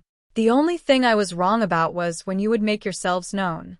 It would have been more prudent to wait until after my espada laid waste to the Godii. 13. He sat up straighter in his throne. The most curious thing about the situation is how you were able to infiltrate Los Noches so easily. No alarms were raised. With my measures, even with Riatz's sealing cloaks, you would have never been able to enter into the heart of Los Noches. There can be only one explanation. You were here the entire time. None of the cloaked invaders made any movement of surprise. Your reputation precedes you, Suskaizen. The one in charge replied calmly. I'll ask you again. Why have you come before me? A peace offering, the cloaked leader began as the invader to his right reached into his robes and pulled out what Aizen thought looked like a white medallion of some kind. We were sent to lend aid in the upcoming battle. Aizen smirked. Surely you aren't this simplistic, go. Tell whoever sent you that their help is not required. Kurosaki Ichigo is one of our own, even if he has consorted with those filthy hollow your espada. The knowledge of Kurosaki's heritage is known to only a few, yet the way you talk led me to believe he has been on your radar for quite some time. Aizen paused again. If I were in your positions, lacking numbers, forced to hide, on the edge of extinction, I would want to recruit all I could.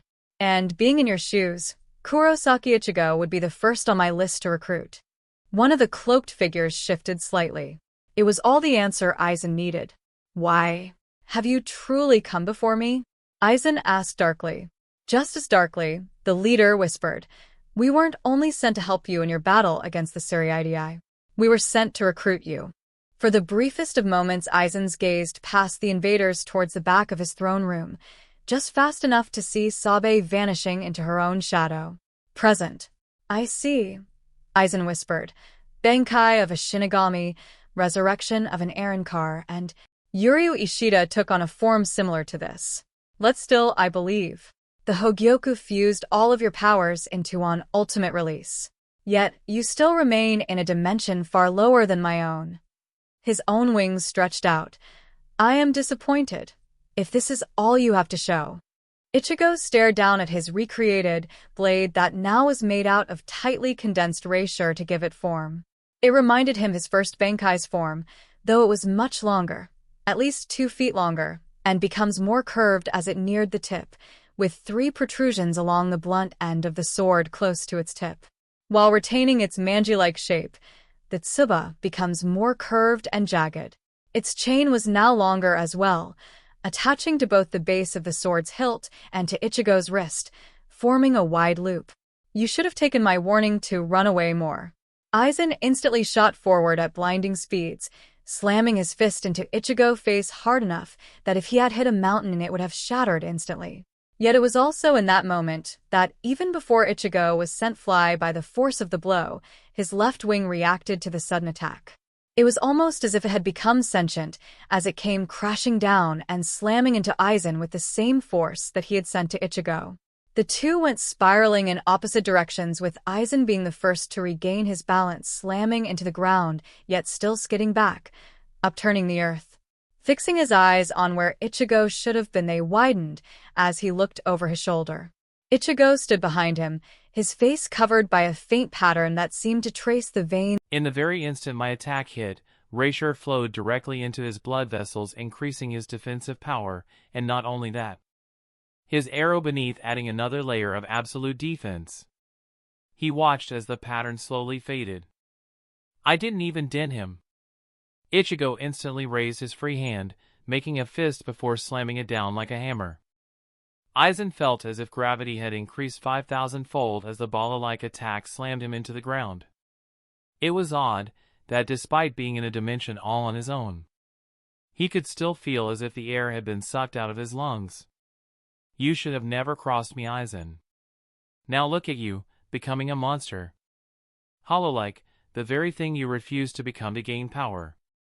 Ichigo spat, memories of Orihime filling him as he loosed another bala that had the condensed force of his full-powered Zero.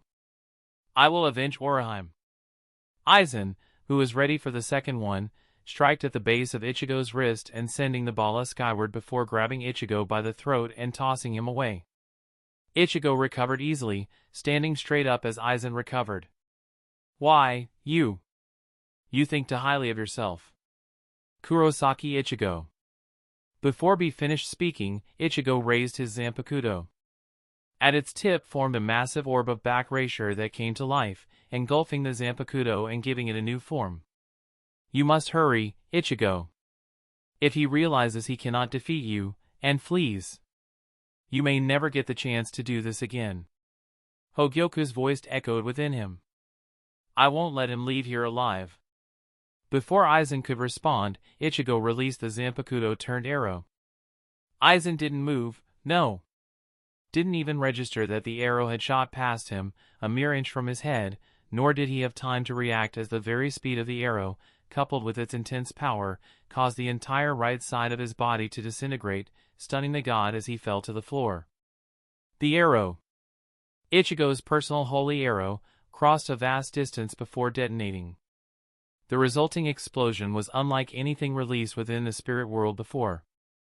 A massive black orb of limitless erasure that seemed to feed on the very spirit particles that made up the spirit world, growing and destroying until it was large enough that it could have engulfed the Siriidii in its entirety if that was where it had detonated.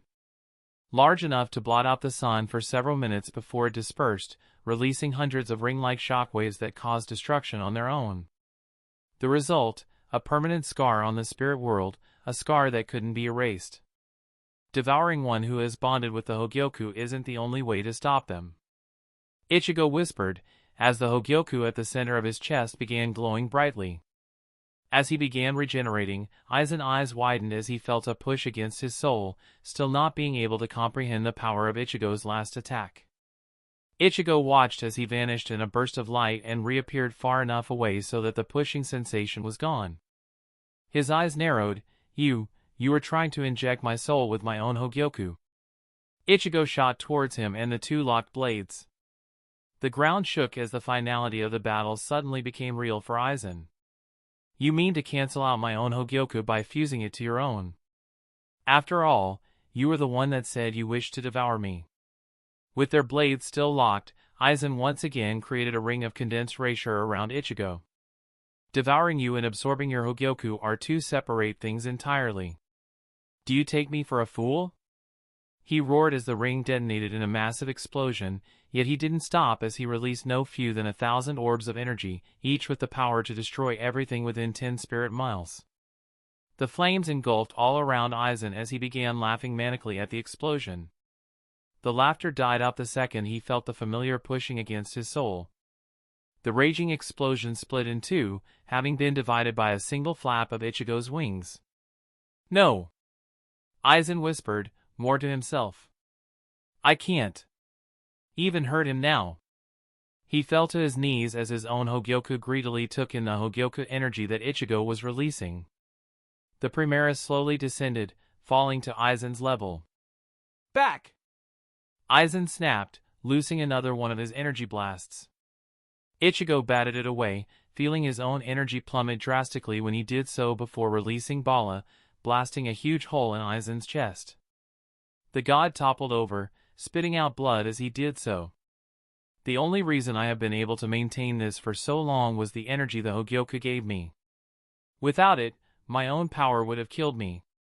Ichigo began, slowly walking over to Aizen. Aizen gritted his teeth and tried to back further away from Ichigo. His Hogyoku was more interested in consuming than healing him. No, I control you. I subjugated you.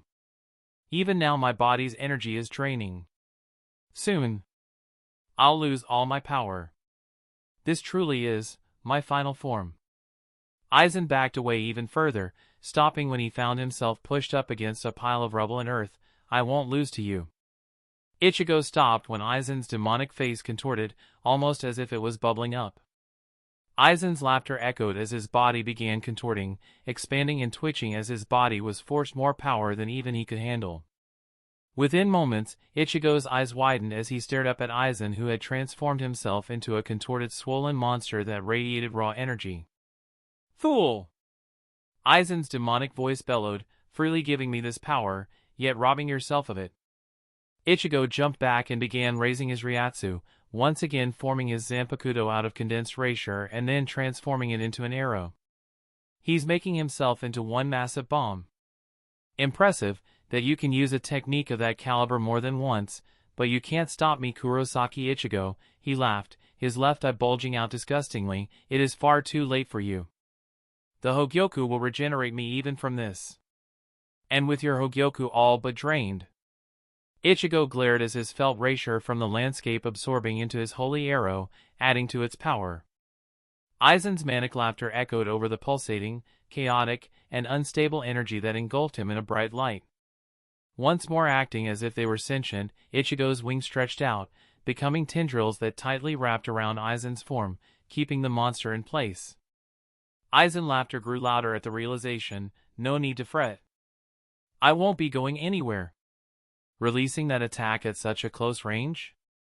You would lose your life, same as the Captain Commander. Ichigo's eyes hardened as he raised the arrow. This is for you. Orihime. In that moment, two things happened simultaneously. Aizen, becoming a sacrificial bomb, detonated, and at the very same moment, Ichigo let loose his final technique. Despite the raw power Aizen put behind his sacrificial technique, not only was he consumed by the black erasure but his own explosion, and Ichigo was as well. The holy arrow hit, engulfing everything in 3 spirit miles, and reducing everything to nothingness. Chapter 64, End. For the second time, a new landmark was created from the resulting explosion of Ichigo's full power. Another permanent scar that would be an awful reminder of what tragic battle had occurred. After all, who could forget the sight? All the spirits from the far-off reaches of the spirit world, and those who remained in the Siriidii to await the outcome of the battle, saw the terrible calamity. Even the sun seemed to be eclipsed by its presence. A massive black orb of condensed, self-sustaining, erasure that feed on the spirit world to grow indefinitely. And within its blackness, Sosuke Aizen and Kurosaki Ichigo. Though the black orb continued to feed on the land's erasure, it inevitably died down. The stillness in the air. Not even the wind howled anymore, nor did the earth quake from the stress of having to hold up 2 titans. In the center of the colossal crater, Ichigo slowly descended, his bare feet touching earth, a weakened expression on his face. He turned his head to the side, watching as his erasure formed dragon-like wings began to slowly disintegrate, as did the halo above his head. As he brought his hand up to his chest, where the Hogyoku was embedded, he pulled it out, no longer feeling anything coming from it. It too disintegrated as Ichigo focused his gaze a few feet away from him. White and dark purple bits of erasure were slowly gathering together, forming something. He looked on, uncaringly, knowing that Aizen was regenerating. He had secretly hoped that, with the Hogyoku having been cancelled out by his own, that Aizen's immortality would be taken away. Unfortunately, that wasn't the case, it seemed. When his head, which had reverted back to his pre-demonic form, half of his upper torso, and left arm regenerated back, Aizen dug his clawed hand against the earth. You have lost, Kurosaki Ichigo. Ichigo just watched, feeling his power diminish by the second. My powers are fading away. Your Hogyoku is gone, it rests within me now. Surely you know what this means. He shouted angrily. You have lost the power that put you on the level of a god. This is your end. Aizen's eyes suddenly widened as his own Hogyoku, once more embedded in his chest, glowed brightly before releasing countless tendrils that tightly bound him. What is the meaning of this? Thank you, Kurosaki Ichigo. Hogyoku's voice echoed between Aizen and Ichigo, stunning the god. Now we can die in peace. And he will lose his immortality. For doing me this service, I can do one final thing for you. Though I cannot revive the dead, I was able to do the next best thing. Wait here for them. I used the remainder of my energy to tie them to you, he whispered cryptically. If only for a brief moment in time. This is your Hogyoku's doing. Binding me? The sound of both Sonito and Shuimpa filled the air, and both watched as Harribel, the unconscious captain commander still thrown on her shoulders, appeared. Stark came next, badly hurt, barely standing. Orihime's personal guard arrived as well, one of whom was carrying who Ichigo immediately recognized as an unconscious Yuzu. A white substance coated her face. The other two needed help lifting Zaraki's massive form. The last, holding a small girl with two pigtails. To Ichigo's slight surprise, Ishin appeared as well, holding an unconscious Karen in his arms. "Father." The word left Ichigo before he had realized he said it. His heart beat double, realizing his two sisters were badly in need of medical attention. "Ichigo." He glanced at Yuzu in the Arrancar's arms, worry etched on his face. He was still bleeding from Yuzu's sudden attack, and Karen didn't seem to be doing good either. Aizen's pain growl drew everyone's attention back to him. The ground shook as he tried using all of his power to break his bindings. Ichigo quickly snapped his fingers. Instantly the sky above them ripped open, and a column of light engulfed Aizen. "I don't know any sealing techniques, but Urahara will know how to deal with you." Aizen's eyes burned with rage as he was suddenly lifted off the ground, ascending towards the garganta that had opened. "Seal me? You fool! For all your infinite power you know nothing. Wouldn't it be wise just to kill him?" Stark asked. "It would be merciful, just to kill him." Ichigo replied softly, "He has much to answer for." Ichigo locked eyes with him one final time before turning his back to him. "Don't turn your back to me, boy." Aizen seethed with rage. "Not hours ago you were a mess. If it was not for me you would still be crying about not knowing who you are. You still know nothing about yourself." His eyes blazed with purple fire as he tried with all of his might to break his binding, but to no avail. "All of your friends you left behind, Rukia, Renji, Byakuya. You still harbor feeling for them. You fight for them and you don't even know why. Not once did you bother to go to them on this day.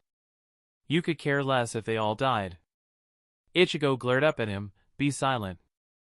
Aizen hunched over, smirking as he did so. "You are just another heartless hollow who is attached to those in your past life because of a few memories. All the bonds you have formed are broken. And the new bonds you have formed with the Espada is just your way of replacing your old life. You live a life of lies, Kurosaki Ichigo. You!" A massive boom echoed as the garganta slammed shut, silencing Aizen before he could finish, leaving an uncomfortable silence in the air once more. Karakura Town, Urahara's underground training area. Divisions 1 through 7 are still in critical condition. A member of the 4th Division shouted, ushering in Shinigami after Shinigami into the training area. All that remained, those that had fled the place they had sworn to protect. The looks of defeat were on every single one of them as they entered. Those that are in need of immediate medical attention are being kept to the west. Everyone still able-bodied that are learned in any type of healing Kido, please come with me. Another member of the 4th Division shouted. "Where is Vice Captain Kotetsu?" Someone from the 9th Division asked. "Acting Captain Commander Unohana has left me, 3rd Seat Yasachika Lemura in charge while she and the other captains and vice captains convene," he replied, scanning the area for anyone in need of help. Everyone, confused, shocked, terrified, angry. They had lost. He looked towards the back of the massive training area, where he knew his captain was. Captains gathering. Unohana frowned as she looked around those that had gathered. Chojiro, Ikaku, Renji, Momo, Kira, Iba, Hisagi, Ranjiku, Shinji, Rukia, and Yachiru were the only ones present. She frowned, and sadness welled up within her as they all continued to hear the current report. Captains Yukitake, Kairaku, and Tsubaki, as well as Vice Captain Nanao and Odoribashi, are in critical condition, Hanatora whispered sadly, Vice Captains, Kuratsuchi and Kotetsu. His voice caught, their injuries were too great. They, along with Vice Captain Yumachika as well as Captains Zenpachi, Kamamura, and Kachiki, lost their lives in battle. The Captain Commander's status is unknown at this time. Silence passed between all of them. Rukia did not bother to stop the tears that flowed freely down her cheeks. Brother. Renji could not believe Byakuya was gone, and stared at the space before him in disbelief. Yumachika, Ikaku whispered sadly, fighting back the tears that brimmed in his eyes. Yachiru, on the other hand, cried out for Zaraki, refusing to believe he had died. It took Renji and Matsumoto to hold her down. Unohana slowly stood up, refusing to let them see her cry. They all looked to her now. She would let herself cry later. Aisane. What do we do now? Kira asked weakly. Though he didn't sustain critical injuries, they were enough to weaken him greatly. In fact, none of them escaped the war without injury save for Captain Unohana. Unohana and Shinji glaced at each other. An unspoken message passed between the two. The Royal Guard. Something must be terribly wrong at the Soul King's palace, or they would have undoubtedly came to our aid. Shinji began.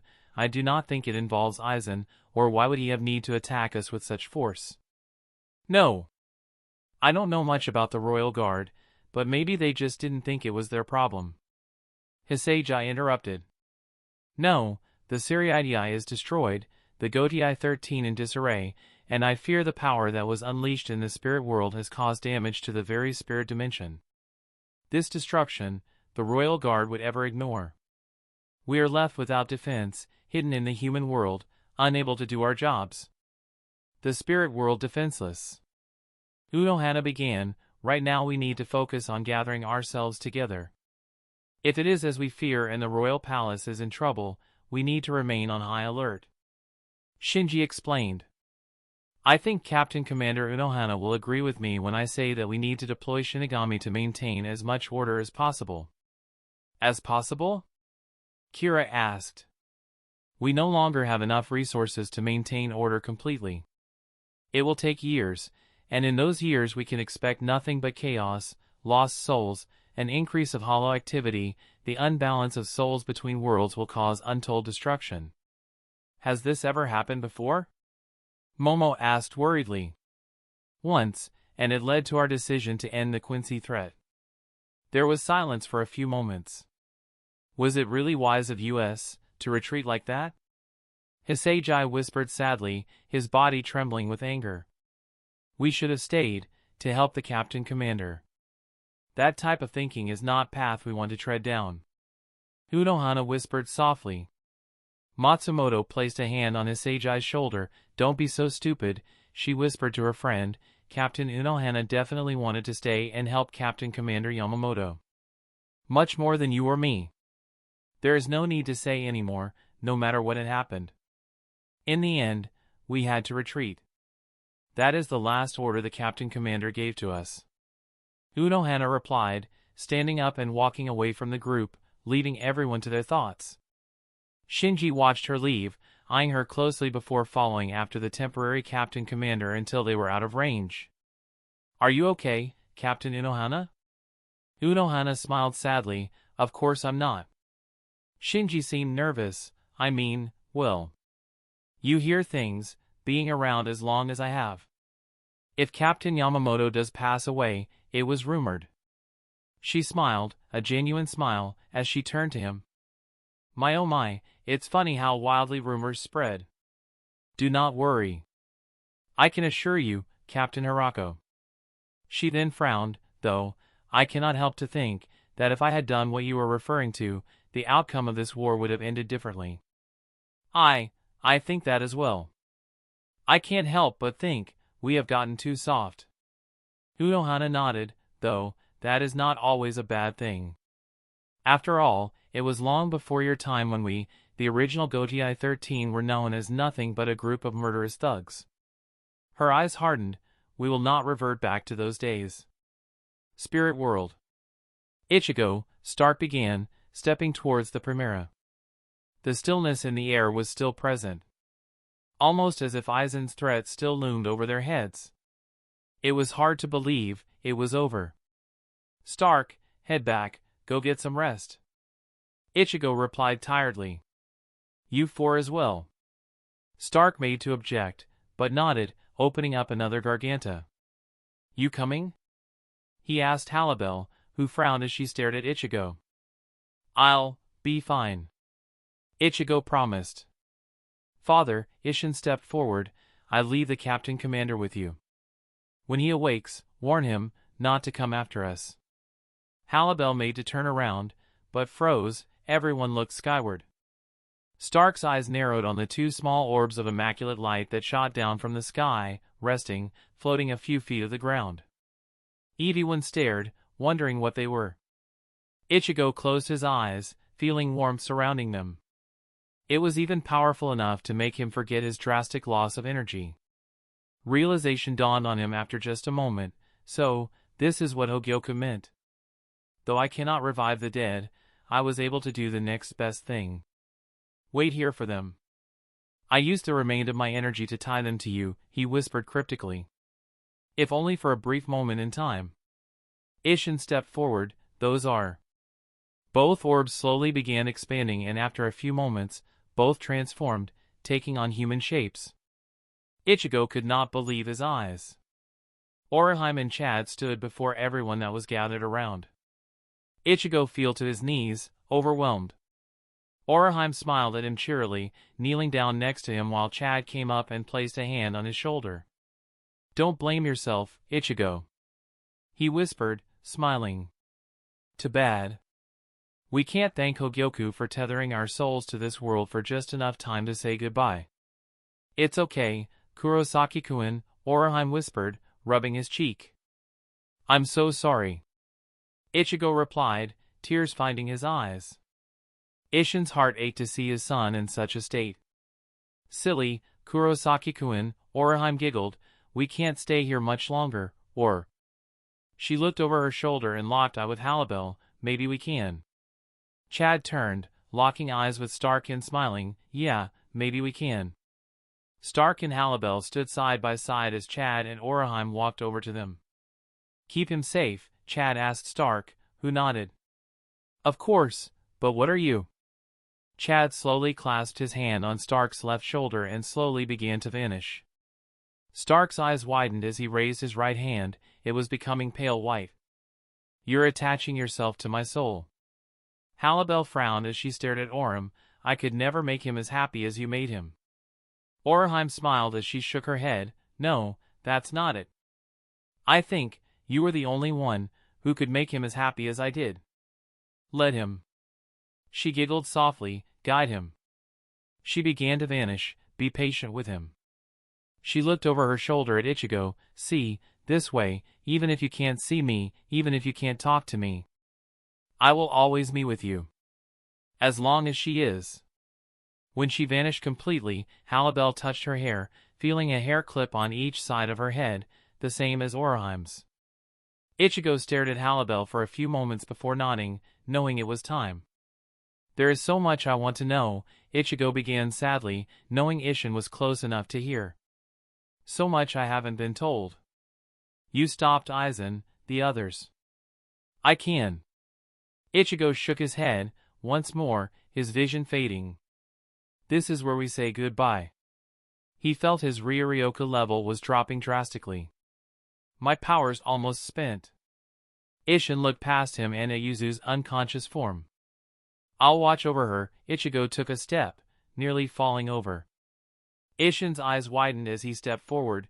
No! Ichigo! The Primera stood up and walked towards the Garganta. You'll hear from me soon enough. You can't take Yuzu. Isshin winced from the injury, falling to his knees. Karen winced painfully in his arms. You should go, you both need to be healed. Isshin teared up. I already lost you, not Yuzu as well. Farewell. Ichigo! Isshin roared as the Garganta slammed shut. And just like that, Isshin was left alone, his heart pounding as he felt his whole world collapsing. Las Noches. Former Lord of Las Noches, Aizen Sosuke. Rudborn began, you have been sentenced to wager no Kokoromi the trials of the forgotten, for life. Imprisoned by order of the Primera Espada and commander of the Grand Arrancar army, Kurosaki Ichigo-sama. Aizen, who was bound tightly to a throne-like chair with black razor-absorbing bindings, smirked at the Arrancar. How amusing that you think a prison like this would hold me for long. Good luck, I designed this cell just for you. Urahara began, entering the prison block. You won't be going anywhere. As we speak I feel Ichigo's Ryatsu entering Las Noches, I'm sure he'll be here to visit you soon enough. The smirk was washed from Aizen's face. You, deserve to be ruled by that thing. Ah, Sosuke. You are beginning to sound like a broken record. And I believe you are mistaken. I don't think Kurosaki will be visiting me for quite some time. Before Urahara could ask what he had meant, a Synnumeros rushed into the cell block, panic evident in movements. Forgive me, Lord Kasuke, you must come quick. Harribel-sama had me come here as soon as possible. Primera-sama, Kurosaki Ichigo-sama. He's not breathing. Urahara's eyes widened. What? Aizen smirked. I guess the power was too much for him. Urahara shot past the Synnumeros, issuing him an order, cover his eyes and mouth. Tower 1 Ichigo's room 1 month after the war. How is he today? Stark asked, walking into Ichigo's room and staring at the now very familiar sight of Harribel sitting on Ichigo's bedside. Urahara, who was once again staring at his glass tablet, looked up. You're back sooner than we had thought. There has been no chance. Harribel's eyes narrowed, but she stayed silent, opting just to hear the two talk. And you still don't know what caused this? Stark asked worriedly, his eyes passing over the Primera. Ichigo lay on his bed before them, hooked up to several machines. A breathing mask fitted perfectly over his nose and mouth, allowing him to breathe in a light blue mist that Urahara was currently adjusting levels on. On his left arm, an IV that administered a glowing blue substance from a drip chamber. This is beyond my level of intellect, the former Shinigami explained, pressing a few icons on his tablet that showed several of Ichigo's vitals. I cannot stop his Ryoryoku level from dropping. I have been able to process Reishi's raw liquid form, and even its rare smoke form, to refill his natural pool of energy. But it's as if all this Reisher is draining into a black hole. Stark glared. Ichigo. Is this the price you pay for defeating Aizen? One thing I am absolutely sure about is this: no one should be capable of containing so much spiritual power without being crushed and obliterated by that very power. I can only guess that it was by the power of the Hogyoku that his body didn't shred apart immediately after undergoing that transformation. I just injected him with a new vaccine I call Shinyaku, designed specifically to increase his already hollowified abilities, including regeneration. We'll find out if this works soon enough. An uneasy silence passed in the room. And you, Stark? When word had gotten around that Ichigo had fallen into a coma, the remaining Espada had been stuck dealing with fractions of the army breaking away and attempting to take control on Hueco Mundo, even acting foolish enough to attack the remaining Espada openly. I'm not sure who is leading them, but they are getting bolder with each attack. If we don't bring them together soon. Neliel, Lilinet, Wonderweiss, and Ulquiorra are still in critical condition, as well as Pesh, Sung Sung, and Apache. And out of them, I'm not entirely sure Ulquiorra will pull through. Urahara explained, and we lost Dondo Chaka, Pao, Finder, Grimjow, Gio, Sale, Surachi, Dordoniai, and Gantenbane. Almost half of our military power. Maybe, if they had someone to lead them. He lead off, glancing at Harribel. They have a leader, Harribel explained. I'm needed here. Stark scratched the back of his head.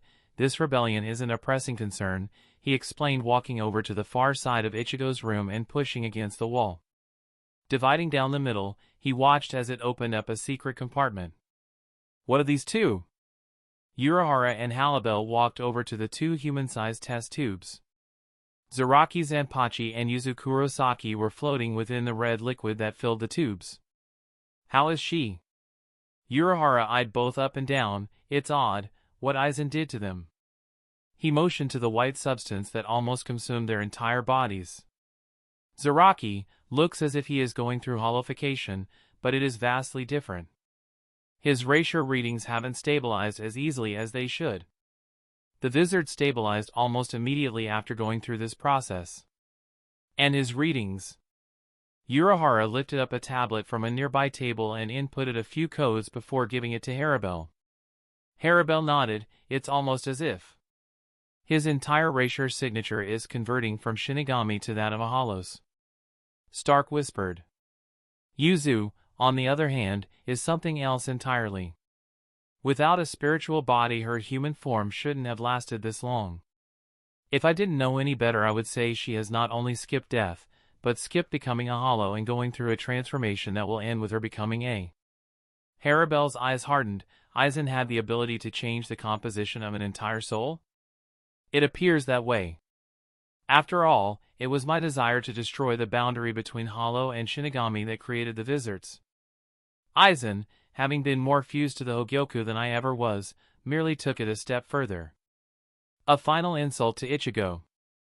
Harribel whispered. Our gain, in the end. After all, he was one of the most powerful captains in the Serie and she is a Kurosaki. Urahara replied calmly. The second he finished speaking, they felt a wave of Ryatsu descend upon the room. What surprised them was that the Ryatsu was coming from Yuzu. Not a moment later, Zaraki's Ryatsu began to rise. What's going on? Stark asked curiously. Harribel shook her head. I don't. Startling them even more was when a voice sounded behind them. All three of them spun around. How long have I been out? Ichigo was sitting at the edge of the bed, hunched over and deeply breathing in the erasure from his breathing mask. Harribel ran to him, quickly wrapping her arms around his neck. Stark couldn't help but smile, though Urahara remained eerily silent. How long have I been out? Ichigo whispered again. We have so much to do. Devastating consequences, becoming Vasto Lorde. The END. That's the end of this tale. Thank you for sticking by this channel and being part of the series till the end. Check out our other stories, and with that being said, goodbye.